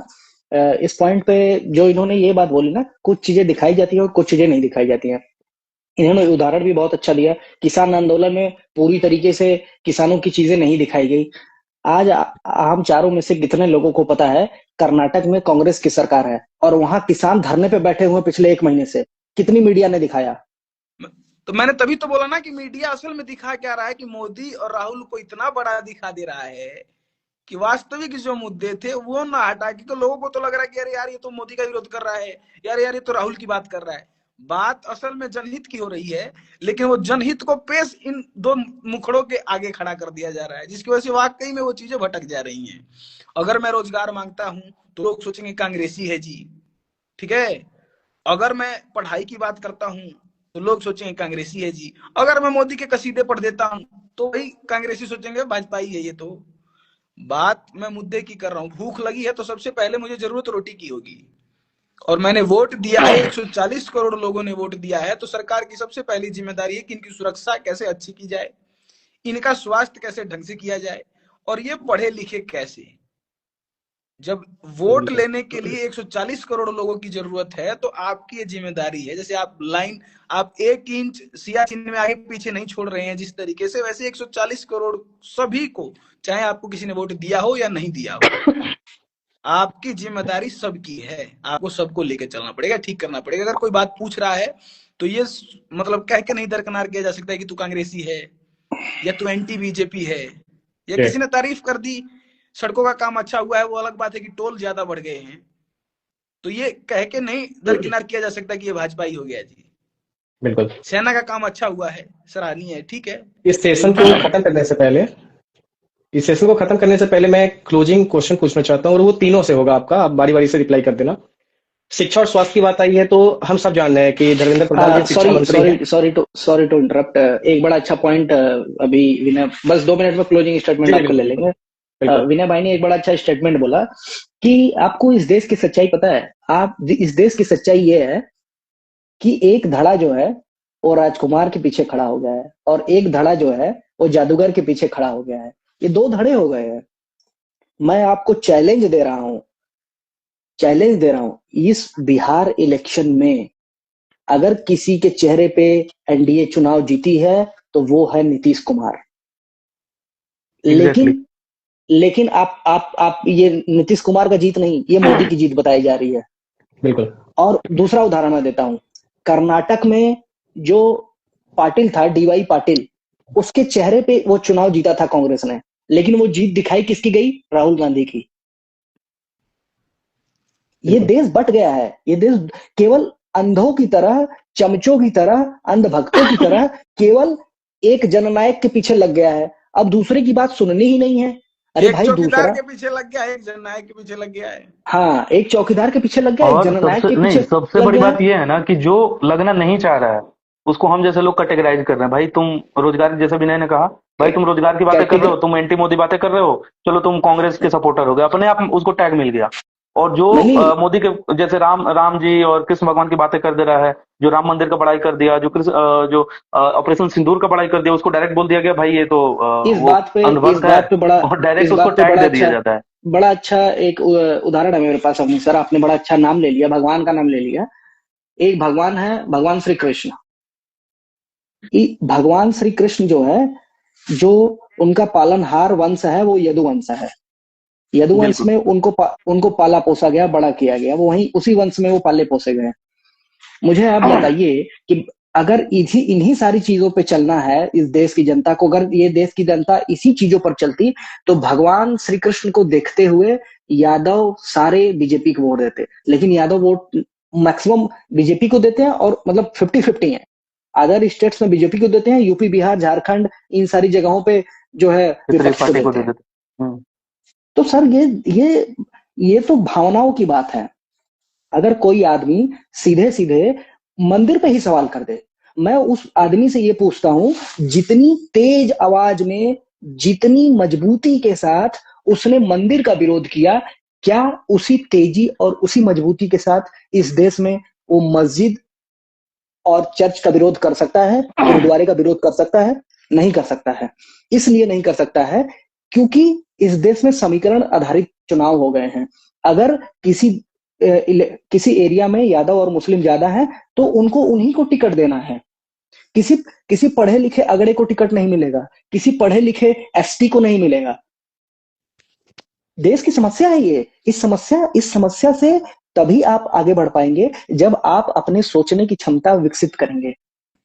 लेकिन हम और लोग को विकसित रिसेंट इस होना पे नहीं मैं है। थोड़ा सा और ऐड करूंगा कि रिसेंट एक नया ट्रेंड चला है कि यादव जो यदुवंश नरेंद्र मोदी को वोट नहीं कर रहा है, नरेंद्र मोदी जी के पार्टी के बहुत ऐसे नेता लोग हैं जैसे कि निरहुआ, उनका एक स्टेटमेंट आया कि जो यादव नरेंद्र मोदी को वोट नहीं करेगा वो यदमुल्ला होगा, और कुछ लोगों ने तो कह दिया कठमुल्ला होगा। मतलब ये क्या चल रहा है कि मतलब जो यादव नरेंद्र मोदी को वोट नहीं देगा वो सीधे यदमुल्ला। उनका यहाँ पे मतलब मेरे ये घर बात से ना जस्ट यादव पर नहीं रही। देखिए आप देखिएगा तो पूर्वी उत्तर प्रदेश और पश्चिमी बिहार के जो कुछ जिले हैं, पूर्वांचल जिसको बोला जाता है, पूर्वांचल में जैसे हम लोग बड़े करीब से वो चीजें देख रहे हैं। किसी भी ब्राह्मणों का अगर जिला में दबदबा ज्यादा है तो टिकट वही पांडे, तिवारी, मिश्रा, दुबे, चौबे इन्हीं को मिला है। बाबू साहब लोग ज्यादा हैं तो सिंह, राय साहब इन्हीं लोगों को मिला है। नहीं विनय भाई, आप डिफरेंस नहीं समझे। इन चौबे, तिवारी, मिश्रा, शुक्ला, सिंह, राय, अगर इनका कहीं दबदबा है, इनकी जाति नहीं है ज्यादा वहां, इनके जाति का वोट तो 10,000 है, नहीं लेकिन जाति तो इनका नहीं, इनका दबदबा है। और हम ऐसे तिवारी, मिश्रा, सिंह, राय के 5 नाम आपको गिना दूंगा मैं, जिनके यहाँ उनके जातियों की संख्या कम है, लेकिन वो पिछले 30 साल से चुनाव जीत रहे हैं। अगर वो इतने ही दबदबे वाले होते, अगर इतने ही धन बल होता, अगर इतने ही बाहुबली होते, तो 30 सालों में किसी को तो समझ में आया होता कि ये बाहुबली है, इसको हम क्यों जिता रहे हैं। कुछ तो करता होगा वो अपने क्षेत्र में, बाकी पार्टियों से अलग, बाकी कैंडिडेटों से अलग कुछ तो करता होगा। इतनी बार से वो जीत कैसे रहा है? 30-35 सालों से अगर कोई चुनाव जीत रहा है, मैं आपको एक उदाहरण देता हूं, एक बहुत बड़ा उदाहरण दूंगा, लेकिन आप लिंक कर सकते हैं उससे। नवीन पटनायक 25 साल से उड़ीसा के मुख्यमंत्री थे, कोई माइकल हरा नहीं पा रहा था, नहीं हरा पा रहा था। ज्योति बसु को कोई हरा नहीं पा रहा था। क्या चुनाव बंद थे क्या बंगाल में? केरल में हटा लीजिए आप, बंगाल में बंद है क्या? चुनाव बंद तो है नहीं। ममता जी को पिछले 2 बार से अपना पूरा जोर लगा रहे हैं, नहीं हटा पा रहे हैं। दिक्कत हमारी चलिए मानसिकता शशांक में जी, है। नहीं मैं यार इस शशांक जी कुछ तरीके से तो क्वेश्चन देखे पूछते तो पूछते नीतीश बाबू बिना विधायक बने मुख्यमंत्री बने जा रहे हैं साला उस टाइम से ही। अब शशांक जी ऐसे कुछ तो पूछते पूछते बाद फंस में चुके हैं, तो शशांक जी अपना बाद क्वेश्चन पूरा करिए। बाद में वो एमएलसी बन जाते हैं। जैसे आज मैं ही वही देखिए तो ना, कह रहा हूँ, ऐसे हमारे नीतीश यहाँ कुमार एक को देखे तो बिना विधायकी लड़े मुख्यमंत्री बन जाते विनय हैं। जी, हमारे यहाँ एक आज मंत्री बने हैं, उपेंद्र उपेंद्र कुशवाहा कुशवाहा के जी के लड़के। बेटा। हाँ, तो उनसे जब मीडिया वाले पूछे हैं कि आप मंत्री कैसे बने हैं, तो उनका स्टेटमेंट था, मेरे पापा से पूछो। मैं बहुत धन्य है बिहार में। इस पे जिन्होंने बनाया उससे पूछो। इस पे एक बड़ा अच्छा लाइन मैंने लिखा है आज। लिखा क्या है, ऐसे ही कविता के रूप में नहीं लिखा है, 2-4 लाइन में लिख रहा था जब ये सारे फैक्ट्स इकट्ठा कर रहा था। जी तो बिल्कुल बताइए। उसमें ये था कि ये जब सवाल उनसे पूछा गया, उसके अगले वाले जनसभा में जब नरेंद्र मोदी जी जाएंगे तो कहेंगे, मित्रों यहाँ से हमें परिवारवाद को जड़ से उखाड़ फेंकना है। अभी अब- अभी शपथ ग्रहण में एक नए परिवार को जन्म दे के आ रहे हैं, अगली अगली जनसभा में जाएंगे तो इनको परिवारवाद उखाड़ के फेंकना है। मतलब पूरे आप समझ मंत्रिमंडल सकते हैं। में पूरे मंत्रिमंडल में 10 या 12 ऐसे लोग हैं जो परिवारवाद से ही आते हैं। तो मतलब एक तरह से समाजवाद अब परिवारवाद में बदल यार चुका है और कुछ जिनका दिन पहले ध्रुवीकरण हो शशि गया है। थरूर ने बोला नहीं था कि ये परिवारवाद बड़ा दिक्कत देगा आगे को चल के। जो लड़के सर वैसे तो हर चाह कोई रखते हैं आने का नहीं आ पाएंगे, पैसा ही नहीं विनय होगा। सर तो हर विनय सर, यही तो दिक्कत है कि सब पार्टी वही कर रही है, कोई भी निष्पक्ष नहीं नहीं है। नहीं, इस देश ने सचिन पायलट को बड़े अच्छे और बड़े सही तरीके से स्वागत किया। वो भी, उनके पिताजी भी थे, राजेश पायलट भी थे इस पूरे प्रोसेस में। इलेक्शन मतलब राजनीतिक व्यक्ति थे। उनका बेटा है सचिन पायलट, अच्छा नेता नहीं है कोई। यहाँ मुझे चारों में से कोई एक बता दे कि सचिन पायलट ने कभी कोई कम्युनलिज्म फैलाया हो, कभी उल्टी सीधी बात करी हो। अखिलेश भी अच्छे हैं, दुष्यंत भी अखिलेश अच्छा है। नहीं, दुष्यंत के बाद ये देखिए। अखिलेश जी को मैं अच्छा नहीं मानता हूँ सर। अखिलेश जी को मैं अच्छा इसलिए नहीं मानता हूँ, ये मध्य भैया उनको प्रदेश में क्वेश्चन गए। तो पूछ लेने दो, शशांक उस समय से फंसे पड़े हैं नहीं क्वेश्चन। नहीं, एक मुंह मिनट, के मैं पास हाथ अखिलेश है, जी उनके को पास अटका हुआ है नहीं क्वेश्चन यार, फंसे उनको नहीं पूछ पड़े, मैं लो। फंसे अखिलेश नहीं जी पड़े, को वो क्वेश्चन तो हम पूछ ही लेंगे। मैं अखिलेश जी खत्म को होगा ना इसलिए अच्छा जल्दी नहीं से। मानता हूँ क्योंकि मध्य प्रदेश में ये जब जाते हैं और मीडिया वालों से पूछते हैं, तो उस बंदे से पूछ रहे थे, ए तुम अपनी जाति बताओ, तुम कौन सी जाति से हो, नाम बताओ। नाम उसने, उस बंदे ने अपना नाम बताया नहीं, पूरा नाम बताओ। पूरा, आप पूरा नाम जान के क्या करेंगे? उन्होंने जब देखा मैंने, देखा उन्होंने जब मिश्रा बता दिया तो कहे हैं मिश्रा जी, मिश्रा जी। देखा है मैंने, ये जनसम्मान नहीं नहीं देखा था। है मैंने। आगे वाले जनसभा में एक मुसलमान पत्रकार मिल गया, उससे भी वो ये जाति पूछने लगे। जब वो उसका धर्म मुस्लिम निकल गया वो, तो उसके बाद चुप हो गए। चुप हो गए। और सेम चीज ऑन रिकॉर्ड पार्लियामेंट में एक तरीके से व्यंग्यात्मक रूप में अनुराग ठाकुर ने कह दिया कि ये अपनी जाति नहीं बता सकते। इन्होंने इनसे पूछो इनकी जाति, तो ये खड़े होके इतना हंगामा किया इन्होंने, ये हमारी जाति कैसे पूछ सकते हैं? आपने मिश्रा से कैसे पूछ ली भाई उसकी जाति? यार मेरा तो, मैं इन मामलों से बड़ा, आप समझते ही हैं मेरे को, आप शुरू से करीब से जानते हैं, मैं इन चीजों में विश्वास करने वाला आदमी हूँ ही नहीं। नहीं, मेरा बस यही कहना है, कभी भी हम लोग पॉलिटिकल लोग नहीं हैं, हमारे घर परिवार में कोई सांसद विधायक मंत्री नहीं है। अगर एक अखिलेश भैया, आप एजुकेटेड हैं, आप ऑस्ट्रेलिया से पढ़ के आए थे, एक अच्छे परिवार के लड़के थे, आपको नीतीश कुमार और सचिन पायलट जैसा बनना था, आपको कम्युनलिज्म नहीं फैलाना था, आपको उल्टी सीधी बातें नहीं करनी थी, आप स्ट्रेट फॉरवर्ड बातें करते। आप एक मतलब पढ़े लिखे तो हैं ही, कुछ बातें करते हैं आप, लेकिन आपको सबको साथ लेके चलना था। लेकिन आपने क्या नारा दिया? पीडीए। What is PDA? पिछड़ा दलित अलायंस। अगड़े कहाँ गए भाई? जनरल कास्ट कहाँ गया? कहाँ गया जनरल कास्ट? इस देश की 15% आबादी को आपने छोड़ दिया कि जाओ तुम। यार असल में प्रॉब्लम यही है ना कि कई बार मतलब कुछ चीजें अप्रोच ही नहीं करते हैं, उनको लगता है कि तो बाय डिफॉल्ट ऐसे ही होंगे जी। और सर मैं आपको बता रहा हूँ, चलिए एक मेरे को एक पंक्ति याद आ गई। अवनीश जी एक मिनट बस, एक मिनट दीजिए। इस बिहार इलेक्शन में ये जो 15-20% है ना जनरल कास्ट के लोग, इन्होंने एक तरफा एनडीए को वोट दिया है, केवल इसी रवैये की वजह से, केवल इसी रवैये की वजह से। ऑप्शन नहीं है लोगों, कोई अपनी माँ बहन की गाली सुनेगा, कोई उल्टा सीधा सुनेगा। जी बताइए।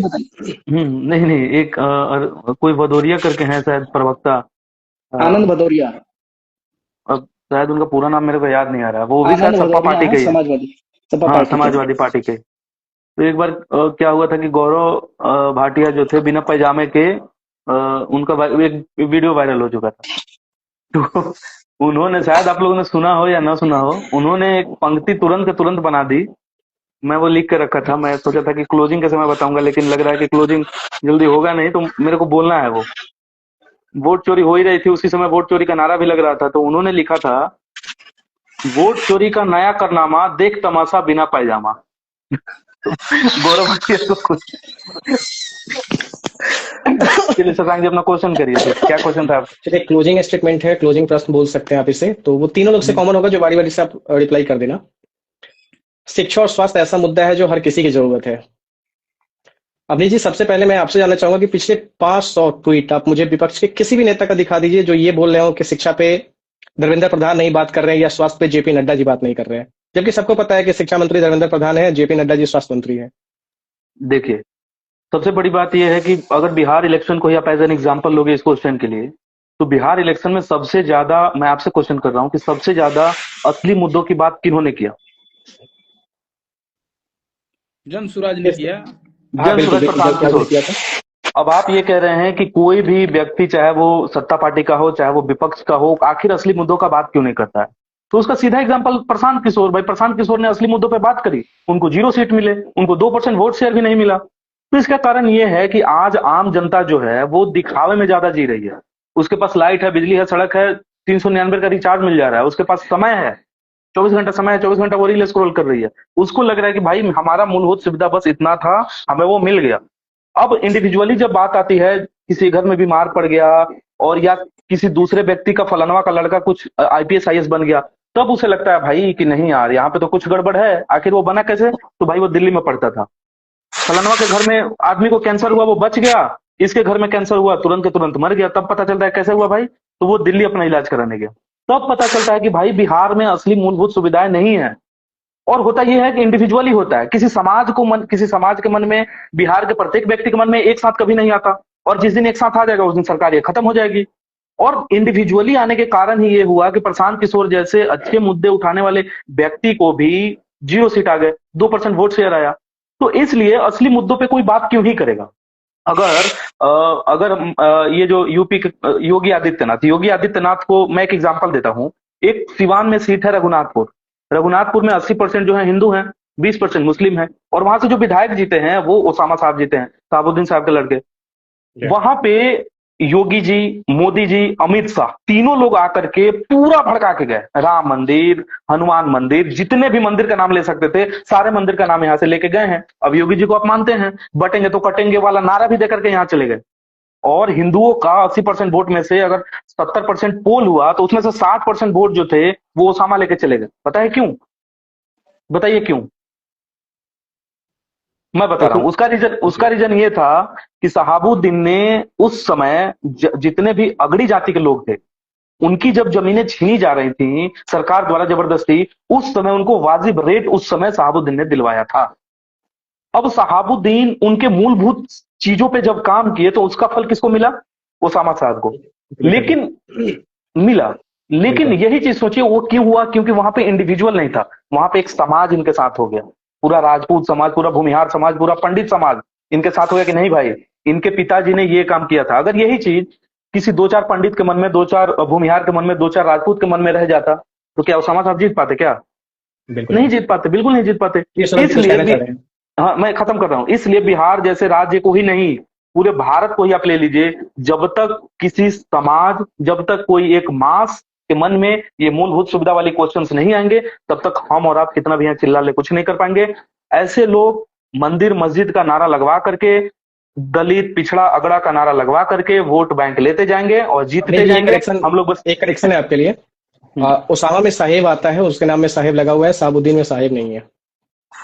यहाँ पे जो सिवान में अगर आप आके बात करेंगे ना तो 100 में से 99 लोग शहाबुद्दीन साहेब ही कहते हैं उनको। शहाबुद्दीन कुछ भी कह ले, वो तो अपनी देखिए शहाबुद्दीन की जो छवि है ना, शहाबुद्दीन की जो छवि है, मैं क्लियर कर देता हूँ। शहाबुद्दीन की जो छवि है जो मीडिया में आप देखते हैं उससे ठीक विपरीत यहाँ पे है। शहाबुद्दीन जिस गांव से हैं उस गांव में 80% ठाकुर यानी राजपूत, और उन राजपूतों से आप जाके पूछिए कि शहाबुद्दीन उनको कितना इज्जत देते थे। दूसरी बात, जब तक शहाबुद्दीन सांसद रहे सिवान से तब तक सिवान में डॉक्टर्स की जो फीस थी वो 200 रुपए से ज्यादा नहीं गई। आज डॉक्टर्स की फीस जो है 1000 रुपए पहुंच गई है। जब तक शहाबुद्दीन वहां पे शासन किए, हाँ ठीक है उनके कुछ विपरीत भी थे, जैसे मर्डर्स भी किए उन्होंने, लेकिन ऐसे लोगों का तो नहीं होने दिया ना। सांसद थे तब तक सिवान स्टेशन पे कोई उतर के सामान लेके अपने घर पे नहीं जा सकता था। नहीं, शहाबुद्दीन ये काम देखिए, यही मैं बता रहा हूँ। मीडिया जो चीज दिखाता है वो इसलिए ऐसा दिखाता है कि शहाबुद्दीन के जो पाले हुए लोग थे, शहाबुद्दीन के जो अंडर में काम करने वाले लोग थे, जो शहाबुद्दीन का नाम बेच करके ये काम करते थे,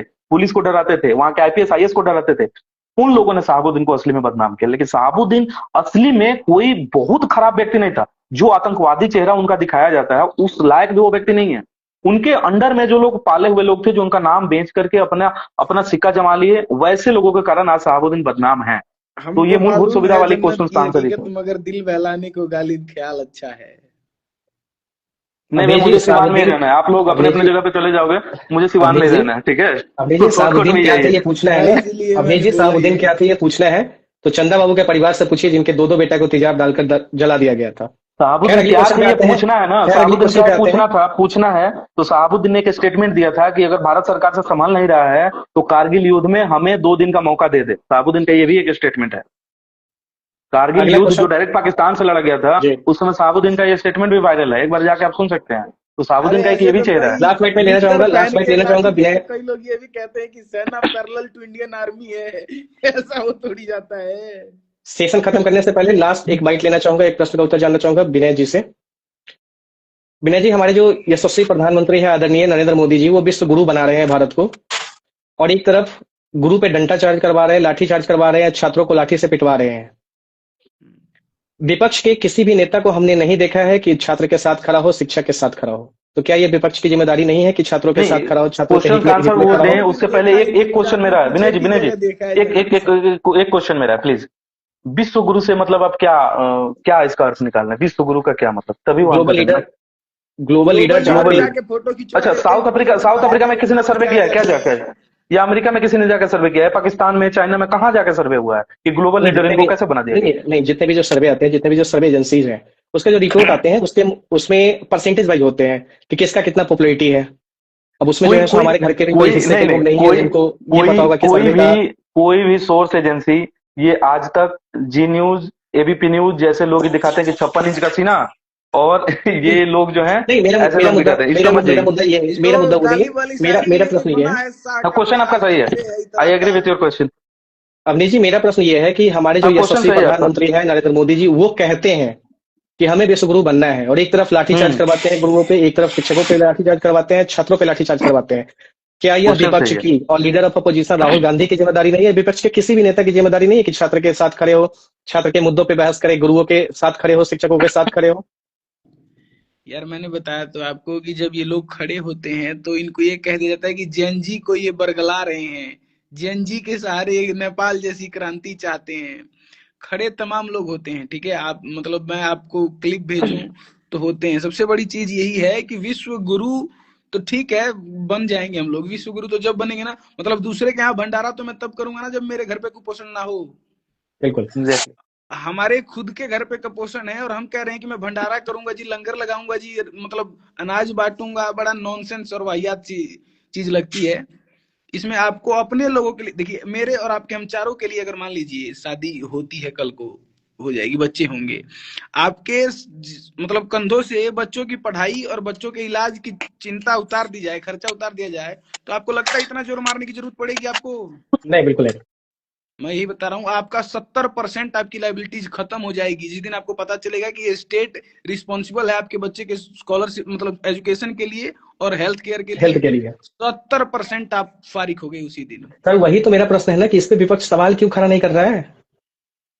कितना ट्वीट आप देखे हैं? हमको ट्वीट का स्क्रीनशॉट भेज दीजिए, पिछले 500 यार ट्वीट की बात कर रहा हूँ। साहब, मैंने आपको बोला कुछ दिन पहले, कुछ देर पहले बोला कि पेपर लीक पे तो विपक्ष मैं को 50 आपने ट्वीट सिर्फ आपको अभी राहुल भेज गांधी दूं। के चेहरे से जोड़ा हुआ है। सर, पेपर लीक पेपर पे। लिख ठीक है, पेपर लिख पे एक ट्वीट था, छात्र की हम्म। बात किन्होंने मैं कह उठाया रहा है, हूँ वो ट्वीट भेज दीजिए विपक्ष, ना। सर मैं कह नहीं रहा नहीं, हूँ तो आपसे नरेंद्र मोदी कसाई ने 2 भाई, करोड़ रोजगार का उठाया तो था, उन तो नहीं जीते ना नहीं, फिर। मैं जो कह सर, रहा हर हूँ, चीज में मैं विपक्ष की भी बात कर रहा हूँ।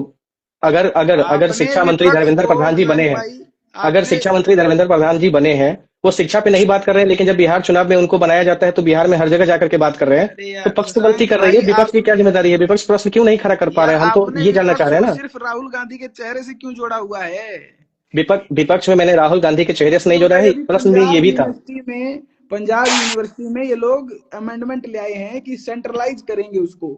आप देखिए पंजाब यूनिवर्सिटी पूरी बंद पड़ी हुई है, विपक्ष वहां नहीं है मुद्दा अभी। सवाल क्यों नहीं उठा पा रहे हैं, लोगों के साथ जुड़ क्यों नहीं पा रहे हैं, मुद्दा ये है ना। प्रश्न खड़ा ये जगह मैं यहाँ पे बता होता रहा है हूँ, ना। मैं बता रहा हूँ इसके पीछे का बेसिक अगर रूट कॉज देखिएगा तो ये दिखेगा कहाँ? मीडिया हाउसेस में दिखेगा। मीडिया हाउसेस कंट्रोल उन बड़े घरानों से हो रहे हैं जो राज्यसभा और लोकसभा में बीजेपी के टिकट से बैठे हुए हैं या इनडायरेक्टली उनके स्पॉन्सर्ड हैं। अब मैं थोड़ी चाहूंगा कि मेरा बहुत भला दोस्त या जिसके साथ मैं उठना बैठना हो या मेरे भाई के अगेंस्ट खबरें सर, थोड़ी मीडिया का मैं एक चीज चलवाइएगा। बता देता हूँ। सर, मीडिया का मैं एक चीज बता देता हूँ कि मीडिया जो है जिसकी सरकार रहती है उसके हिसाब से चलती है। 2014 से पहले भी हमने पत्रकारिता देखी है। नहीं, राहुल गांधी इतना समोसे खाते हुए, इतना नहीं राहुल था, गांधी ठीक है समोसे था। खा, ये अरे क्या बड़ा बात कर रहे हैं सर कुतर्क आप? कर रहे हैं लेकिन आप इतना नहीं था डिफेंड, सर, मतलब बिल्कुल ही सरकार के गोद में बैठ के इतनी चाटुकारिता आप भी करने लग इतना जा नहीं रहे होता हैं। था। आई अरे एग्री सर, कि मैं ठीक है, होता होगा यार, न्यूज चैनल में ये चल होता रहा है कि होगा, मैं सोनिया गांधी मानता हूँ। इटली से आई तो हिंदी पढ़ना किसने आपको सिखाया, हिंदी पता बोलना किसने सिखाया? यार, था, मैं वही और कह आप रहा हूँ, मीडिया में एक होता था, सवाल होगा, कर रहे हैं। होता आप लेकिन समझे नहीं। 10% था, आप जो 100% कह था रहे हैं ना कि इसको। दिख ही नहीं रहा, कहीं कहाँ से दिखेगा? ये मीडिया हाउसेस कंट्रोल्ड जिन लोगों के होते हैं वो लोकसभा या राज्यसभा में किसी ना किसी पार्टी के सीट पे बैठे हुए हैं। वो थोड़ी चाहेंगे कि मेरी सरकार की चीजें मैं दिखा दूं। पर पहले एनडीटीवी में रीजन जो भी था ना, प्रणव रॉय, पहले अरे रीजन भी था कि जो जो ये जो न्यूज एजेंसीज एनडीटीवी हैं। यार जो एनडीटीवी प्रणव रॉय के टाइम पे जैसी चल जाती थी, अडानी के टेक ओवर करने के बाद क्या वो वही एनडीटीवी मैं वैसे कह चल पा रही है? वही मैं कह रहा हूँ कि पहले इंडिविजुअल शेयर था, अभी शेयर बट गया है, सर वो एक ठीक है कॉर्पोरेट जैसा सर। काम कर रहा है। सुभाष सर चंद्रा मेरा जो सर मालिक हैं जी न्यूज के, आपको लगता है कि वो कभी भाजपा के अगेंस्ट दिखाएंगे? या ये अर्णव विनय सर, गोस्वामी जो बड़े बड़े विनय सर, सरकारी उस पे हैं? हमारा हमारा प्रश्न क्या था वो नहीं सुने आप शायद। मानता हूँ कि मीडिया जो है सो उसके लोग राज्यसभा में बैठे हैं, लोकसभा में बैठे हैं।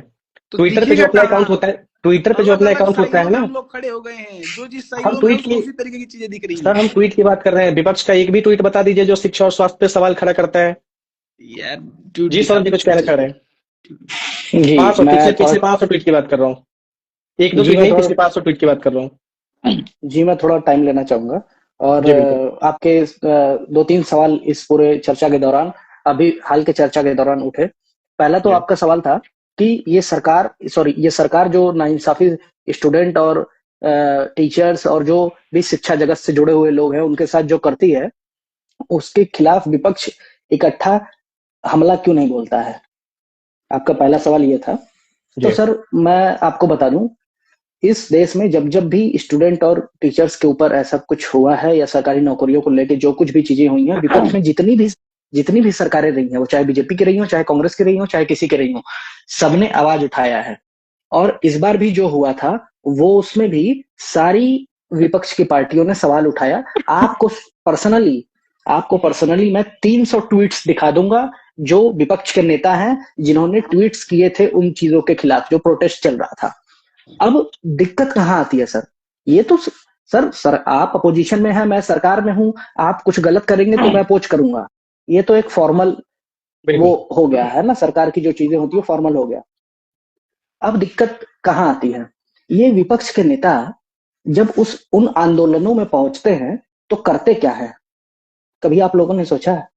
कोई बंदा जा रहा है विपक्ष का, वो आप आंदोलन मजबूत करने गए हैं, विपक्ष का आवाज बन के गए हैं, लेकिन वहां वो फैलाते क्या है? जातीय द्वेष फैलाते, क्या है? धर्म द्वेष फैलाते, क्या है? सरकारों का अन्याय, कि आपके ऊपर लाठियां चल रही हैं। भाई किसी भी सीएम हाउस को, पीएम हाउस को, किसी भी हाउस को अगर 4 लोग घेर लेंगे तो ये कोई देश में पहली घटना तो है नहीं कि लाठीचार्ज हो गया। बिल्कुल लाठीचार्ज कांग्रेस ने भी बीजेपी के खिलाफ करे हैं, बीजेपी भी कांग्रेस के खिलाफ की है, बहुत सबके ऊपर होता है ना। उस दिन एक लाइव में हमारी चर्चा हुई थी जब मैंने अवनीश भाई को बोला था कि कोई भी उत्तर प्रदेश, बिहार या देश के किसी भी कोने का लड़का जब दिल्ली चलकर आता है सरकारी नौकरी की तैयारी करने, तो उसके परिवार का हाल क्या होता है। बिल्कुल वो सरकारी नौकरी की तैयारी इसलिए करता है क्योंकि उसको 2 वक्त की रोटी अच्छे से नसीब हो जाए। उसको डर ये है कि अगर मैं सरकारी नौकरी पा जाऊंगा तो मुझे कोई नौकरी से निकालेगा नहीं, मैं सेफ रहूंगा। इसलिए वो सरकारी नौकरी की तैयारी करता है और ऐसे कॉमन घर के बच्चे निकलते हैं। ये विपक्ष के लोग जब जब भी किसी आंदोलन में पहुंचते हैं तो क्या कहते हैं कि भाइयों मेरी बात सुनिए, आप 100 लोग हैं, 100 लोगों में यहाँ ओबीसी SC ST कितने लोग हैं? अरे आप स्टूडेंट के लिए गए हैं कि ओबीसी SC ST या जनरल करने के लिए गए हैं? बिल्कुल वहां जाके अनाप शनाप बोलना कि आपकी हिस्सेदारी 50% की है, आपको 50% नहीं दिया जा रहा है, ये जातीय द्वेष फैलाना, इस पूरे मानसिकता को पढ़े लिखे लोग अच्छे तरीके से समझते हैं कि ये हमारे साथ क्या कर रहे हैं। उसका जवाब वो वोट की चोट। मैं आपको बता रहा हूं, इस पूरे देश में सबसे ज्यादा वोटर यंग वोटर हैं। बिल्कुल उनके पास विकल्प नहीं है। जिस दिन विकल्प मिला, दिल्ली में एक बार विकल्प मिला, 67 सीटें आई थी, 70 में से 67। आप समझ रहे हैं? ये जो विपक्ष, आज हम सारे लोग हैरान थे ना, बिहार में हैरान थे कि 202 सीटें कैसे आ गई। क्या हम दिल्ली में हैरान थे? बिल्कुल नहीं। क्या हम कर्नाटका में हैरान थे? यहाँ पे हैरान होने का कारण था ना, यहाँ पे एंटी इनकम्बेंसी था ना, वहां पे वो चीज नहीं थी। सर एंटी इनकम्बेंसी था, एंटी इनकम्बेंसी आपको दिख रहा था, मुझे तो नहीं दिखा एंटी इनकम्बेंसी नीतीश कुमार के खिलाफ। नीतीश कुमार के चेहरे के खिलाफ मुझे एक भी आदमी ऐसा नहीं मिला पूरे विपक्ष में जो नीतीश जी को टारगेट करता हो। हाँ, वो नीतीश जी को टारगेट कर रहा था। बार बार तेजस्वी यादव अपनी सभाओं में कह रहे थे कि मानसिक संतुलन खो गई है नीतीश कुमार की। बिल्कुल उनके वो है, हाँ, ये भी बात उनके है। नहीं टारगेट किया किसी ने भी। किसी ने टारगेट नहीं किया। उनमें कोई दिक्कत ही नहीं है ना, सबसे बड़ी बात ये सर है। भाजपा को उनके चेहरे पे सर दिक्कत आपने बताई है हमें, मुझे भी नहीं पता था। दिक्कत आपने बताई कि कैग की रिपोर्ट आई, उसमें 70,000 करोड़ का घोटाला है इनके ऊपर। कैसे नहीं है? इनके ऊपर नहीं, पूरा सरकार नहीं, इनके पर्सनल के ऊपर नहीं है, वो पूरा सरकार उसमें घेरे में आ जाएगी। सरकार घेरे में आ जाएगी, कुछ भी होगा। आप उस चीज को बता देना। आप किसी आदमी के कह रहे हैं कि वो मानसिक संतुलन खो बैठे। इमोशनल सब लोग होते हैं और भारत की जनता इमोशनल कुछ ज्यादा ही होती है। यहाँ सारे लोग पढ़े लिखे हैं, सब लोग जानते हैं। पहले सवाल का जवाब मैंने आपको दे दिया। दूसरा सवाल आपका था, क्या राहुल गांधी समूचे विपक्ष का चेहरा बनते हैं? मैं आपको बता दे रहा हूं, राहुल गांधी आज आने वाले 10 सालों में कभी भी ग्लोबल अपोजिशन का चेहरा नहीं बन पाएंगे इंडिया में। इसका बहुत सारे कारण हैं। पहले तो वो खुद कारण है। पहले उनका इमेज, जो उनकी इमेज बनी थी, वो इमेज उनका भारत जोड़ो यात्रा से थोड़ी सुधरी, काफी अच्छी थोड़े नहीं अच्छे लोग बनेंगे। आप अवनीश भाई प्योर भाजपाई थे, ये आज न्यूट्रल बातें करते हैं। मैं एक समय पे मेरा आप फेसबुक, अभी मैंने फोटो डिलीट नहीं किया होगा, आप मेरा फेसबुक देखेंगे तो मैं चेहरे पे मोदी जी का मास्क लगा के घूमता था। मैं अपनी सांसद महोदया जो है हमारी अनुप्रिया पटेल, उनके साथ मैं 4 गांव घूम के उनके गाड़ी में बैठ के प्रचार किया हूँ भाजपा के लिए। लेकिन आज मैं न्यूट्रल हूँ, क्योंकि मुझे, लोगों को वक्त लगता है, हर चीज में समय लगता है। आप जब सोचेंगे समझेंगे तब आपको गलत और सही का अंदाजा लगेगा। बिल्कुल। और इसी गलत और सही के अंदाजे में इस देश का युवा हर वो चीज जो इलॉजिकल बात करते हैं राहुल गांधी, इलॉजिकल। एक आदमी सभा में खड़ा होकर कह रहा है मेरी सरकार आएगी तो मैं सेना में रिजर्वेशन लागू करूंगा। कोई लॉजिक है इस चीज में? अरे यार आपको यही ये देश, वजह है जो आप आई नहीं पा आपको रही ये है। वो आपको ये देश विपक्ष का चेहरा कैसे मान लेगा भाई? आपकी सीटें आई हैं 99, इनकी सीटें 99 आई हैं, ठीक है। अगर सपा और साउथ की जितनी पार्टियां हैं उनको मिला दिया जाए और बाकी लोगों को मिला दिया जाए, उनकी भी 99 सीट है। तो उन लोगों में से कोई विपक्ष का चेहरा एलओपी क्यों नहीं बना? आप क्यों बन गए? आप में क्या खासियत थी? Single party. सर एक तो ये भी सर, एक तो दिक्कत ये भी आ रही है ना, सिंगल पार्टी है तो इसका क्या मतलब? सिंगल पार्टी तो उस समय भी थे, ये 90 में नरसिम्हा को प्रोजेक्ट क्यों किया? सिंगल पार्टी तो आप 2004 में भी थे, जब पहली बार 2000, आप लोगों को पता है ईवीएम पहली बार 2004 में आया था। क्या भाजपा ने बोला कि अरे ईवीएम आ गया हम हार गए? बोला। जबकि अटल बिहारी वाजपेयी का नारा था साइन इंडिया का, और वो इतना बेहतरीन नारा था जो लोगों को लगता था कि ये सरकार वापस आएगी, और वो सरकार वापस नहीं आई। और उसी दौरान पहली बार ईवीएम लागू हुआ था भारत के इलेक्टोरल प्रोसेस में। क्या भाजपा ने कभी बोला? इलॉजिकल बात करोगे आप। इस देश में सबसे ज्यादा यूथ है, शिक्षा लगभग हर लोगों को मिल रही है, मतलब जो बहुत उस महंगी योग्य मिल है। रही है यार, बहुत महंगी, महंगी मतलब मिल पैसा रही ना है, उतना नहीं है। मैं बिल्कुल मानता और हूँ कुछ शिक्षा करा महंगी। नहीं है, आप बोल रहे हैं ना सबको मिल रही है, बड़ा मतलब गलत है। जिसके नहीं पास नहीं गुंजाइश है नहीं वही पढ़ पा रहा है, नहीं तो फिर विनय वही जी, विनय बारिश जी, नहीं करके पढ़ विनय जी, एक पढ़ चीज मैं पा कहना रहा चाहूंगा। ये लोग। विनय सर, एक नहीं चीज नहीं, मैं कहना चाहूंगा, शिक्षा अगर हर पढ़ पा किसी को नहीं मिल रही सर। है, बस उसके सर एक क्वालिटी मिनट सर, डिफरेंस हो जा रहे हैं, पैसे के बेसिस पे क्वालिटी इंप्रूवमेंट हो जा रहे हैं। सबसे बड़ी बात सर कि शिक्षा, मैं कह रहा हूं कि सबको मिल रही है, इसका ये मतलब नहीं कि देश का हर लड़का बीटेक कर ले। अरे बीए करने वाला भी शिक्षा है भैया। बिल्कुल 12 बिल्कुल पास बिल्कुल, कर वही चीज लिया मैंने भी है कहा। तो वो एक तरीके का वो भी शिक्षा, किसी ने डिप्लोमा किया है तो वो भी शिक्षा है। ऐसा नहीं है कि हर कोई बीटेक कर ही ले। अरे तो बीए डिप्लोमा तो भी एक कर ले तरीके कम की से शिक्षा कम। है। नहीं, बीए, अरे बहुत लोगों बीए ने कर ले करा रहे है। हैं, बीए कर रहे हैं। बीए की फीस आपको पता है? बीए की फीस 3500 रुपए है एक साल की। सर 9,000 रुपए हमारे में बिहार बीए में हो फ्री जाता है। है। बताइए। नहीं, पूरे पूरे और अगर सर देश की सर बात करें तो बहुत अच्छा, 12वीं तक तो बहुत लगभग अच्छा, जगह फ्री है, ज्यादातर जगह फ्री है। बहुत अच्छा आपने पॉइंट याद दिला दिया मुझे। ये मैं स्किप हो रहा था मुझसे। नीतीश कुमार ने सीधे सीधे ऐलान कर दिया है, ग्रेजुएशन में जो लड़की पढ़ेगी उसको फ्री एजुकेशन। 50,000 बताइए। रुपये भी सुनने में आया था ये। 50। देखिए, नीतीश हाँ कुमार की अब बात आई बताइए। है ना, तो मैं आज बीटेक कंप्लीट किया हूं तो उसमें पूरा का पूरा हाथ नीतीश कुमार का है। ये बहुत बड़ा स्टेटमेंट है। 4 लाख बहुत रुपए की बड़ा। राशि उस समय मेरे लिए बहुत बड़ी थी। उस समय डायरेक्ट कॉलेज के अकाउंट में ही गया, लेकिन गया वो पैसा। तो नीतीश वो कुमार मेरे लिए सबसे बड़ी हमेशा बात, एक अभिभावक, सब वो मुख्यमंत्री तो है ही, मेरे लिए एक अभिभावक के रूप में भी है वो है। उनके सबसे बड़ी प्रति मेरे बात। मुंह से अब कभी गलत नहीं निकल सकता, और वो है भी। अवनीश सर, उसका मैं रीजन बता रहा हूँ। नहीं, अब मैं सबसे खत्म, सर जब अवनीश बात सर, आ गई ना। सर एक मिनट अवनीश सर, हम लोग सेकेंड ईयर में थे जब आपके दादाजी एक्सपायर हुए थे। आप बड़े हम्म चिंतित थे। आप बोले कि मेरे दादाजी जो है एक्सपायर हो गए, मुझे घर निकलना हम्म होगा। आपके आंखों में आंसू भी था, क्योंकि दादा दादी जो होते हैं वो परिवार के एक मैं तरीके एग्री। से रीढ़ होते हैं, है ना। मैं आपके जैसे सैकड़ों युवा को जानता हूं जिनके घर, मतलब उनको एक महीने के राशन पूरा एक बार में खरीद के नहीं आता है, लेकिन वो भी बीटेक कर रहे हैं, क्योंकि उनको पता है कि 4 लाख रुपया फीस जमा हो जाएगी नीतीश कुमार डिफरेंट की क्रेडिट वजह कार्ड से। के थ्रू। हाँ। नीतीश कुमार ने ये तो किया ही। अब देखिए, गांव की जितनी भी लड़कियां हैं, ड्रेस, पैसा, साइकिल का लालच दे करके कम से कम 10th बिल्कुल। पास करवाया। 25,000 रुपया का लालच दे करके 12th पास करवाया। ट्वेल्थ पास करवाया। 50,000 रुपया का लालच दे करके ग्रेजुएशन पास करवाया। आज बिहार में गांव में भी अगर आप सर्वे कर लेंगे तो 2005 के पहले का सर्वे और 2005 से 2025 का सर्वे, 100% लड़कियां होंगी जो कम से कम 10th क्लास तो कर ही लेती 10th तक होंगी। तो बड़ी होगी। हाँ, अगर उसमें भी बहुत कमजोर वर्ग से हैं, शादी का जरूरत पड़ गया, उसमें से 90% ऐसी लड़कियां होंगी जो 25,000 रुपए के लिए 12th कर लेंगी। और उसमें से 60% ऐसी लड़कियां होंगी जो उस 50,000 रुपए के लिए कम से कम फर्स्ट डिवीजन लाने के लिए कम से कम ग्रेजुएशन जरूर कंप्लीट कर ग्रेजुएशन लेती हैं। और कंप्लीट है। दूसरी बात ये भी है कि तेजस्वी वाले 5 लाख शिक्षक बहाली में देखे तो 40 से 45% लड़कियां ही हैं।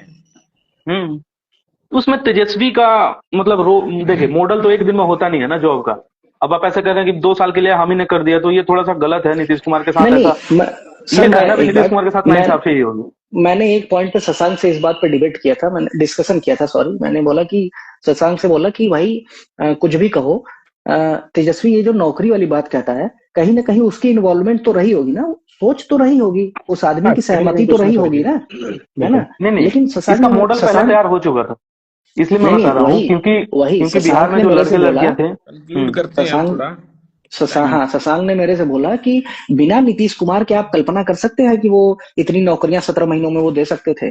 केवल वो 17 महीने के लिए आए थे इसलिए उन्होंने नौकरी दे दिया, तो ये सही बात है। मैंने बाद में सोचा ये गलत बात है, वो ये तेजस्वी का पॉसिबल नहीं नहीं है, है वो। बिल्कुल। देखिए, और एक एक बात और है कि अगर नरेंद्र मोदी इतना बड़ा चेहरा है, नरेंद्र मोदी का चेहरा पूरे भारत के लिए बड़ा है, और वो बहुमत लाते हैं तो सच में बड़ा है। लेकिन उस चेहरे पे अगर बिहार में चुनाव एनडीए कर लेती ना, तो मैं पक्का कह रहा हूँ 10 सीट लाने में इनकी नानी याद आ जाती। लेकिन वही नीतीश कुमार का चेहरा मजबूरी में इनको बाद में लाना पड़ा। इसका मुख्य कारण यही था, महिला वोटर और जितनी भी लड़कियां वोटर है और यूथ हमारे जैसे लोग जो हैं, वो नीतीश कुमार को कभी नहीं छोड़ते। इसलिए, और जो वृद्ध लोग हैं वो ऑब्वियसली वो तो हैं ही, इसलिए नीतीश कुमार को मजबूरी में लाना पड़ा उनको एनडीए को। और इसलिए इतनी इतनी बहुमत जो आई है उसका कहीं ना कहीं रीजन नीतीश कुमार है। इसमें कोई प्राइम मिनिस्टर, इसमें कोई गृह मंत्रालय, इसमें कोई यूपी का मुख्यमंत्री, किसी का भी कोई हाथ नहीं है। पूरा का पूरा क्रेडिट नीतीश कुमार को, अब नहीं मेरे सर, अकॉर्डिंग। भारत में कोई भी नेता कितना भी बड़ा हो जाए, जो महिलाओं का वोटर वोटर और वोट बैंक नीतीश कुमार जी के साथ है, वो किसी के साथ भी नहीं है। बिल्कुल, आई एग्री। और ये आई चीज हर एग्री, किसी को मानना पड़ेगा। मानना पड़ेगा, सबके चाहते हैं भाई। बिल्कुल। तभी तो जिधर भी रहे सरकार इन्हीं की चलती है, चाहते तो आज हैं मैंने सबके। एक आज मैंने एक वीडियो नीतीश देखा, मैं सबके हैं।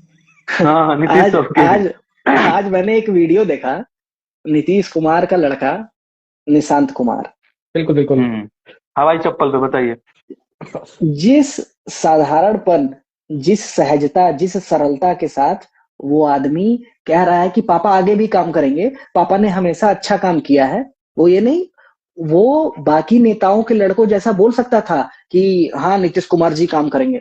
नीतीश कुमार जैसे जी तेजस्वी यादव संबोधित नहीं, बोलते हैं। हाँ, हाँ, तेजस्वी यादव लालू जी कि कहते हैं। लालू जी ने ये किया वो किया, अरे हमारे यहाँ ये बोलते हैं अखिलेश यादव कि नेताजी ने ये किया वो किया। वो हाँ, लड़का हम जैसे आम घर के लड़कों की तरह बोल रहा है कि पापा ने पहले ये काम किया है, अभी उसके चेहरे पे वो चीज दिखती है ना, कोई वीआईपी ट्रीटमेंट, ना कोई 4 लाव लश्कर लेके चलना, ना काफिले के साथ चलना। अपनी नानी, उसकी नानी एडमिट थी, वो हॉस्पिटल में बंदा 2 दिन से है ना, ये सारी चीजें जनता देखती है, सब सौरभ जी लोगों को एक चीज समझ ऐड में करना आता है। चाहूंगा, सौरभ जी इसमें एक चीज और ऐड करना चाहूंगा। सिर्फ वो पापा ही यूज नहीं किया है, उपेंद्र कुशवाहा जी और जीतन मांझी जी को भी उपेंद्र चाचा बोला है, उपेंद्र अंकल बोला है, अंकल, हाँ, तो और जीतन अंकल ये बोला सारी है। चीज, ये सारी चीजें दिखती हैं लोगों को। संस्कार बड़े मायने रखते हैं। ऐसा नहीं है कि बिल्कुल। आप बार बार अपने से 20 साल बड़े आदमी को कहते हैं मोदी तू करके दिखा, मोदी तू करके दिखा। अरे आपके संबोधन का तरीका तो सही हो सकता है, माना वहीं वो पे आपके तेज प्रताप यादव हमेशा वो लालू कह के कभी नहीं बुलाते हैं। तेज प्रताप यादव बिल्कुल बिल्कुल बिल्कुल। पिताजी हमेशा पिताजी पिताजी कहते हैं पिताजी वो। पिताजी कहते हैं।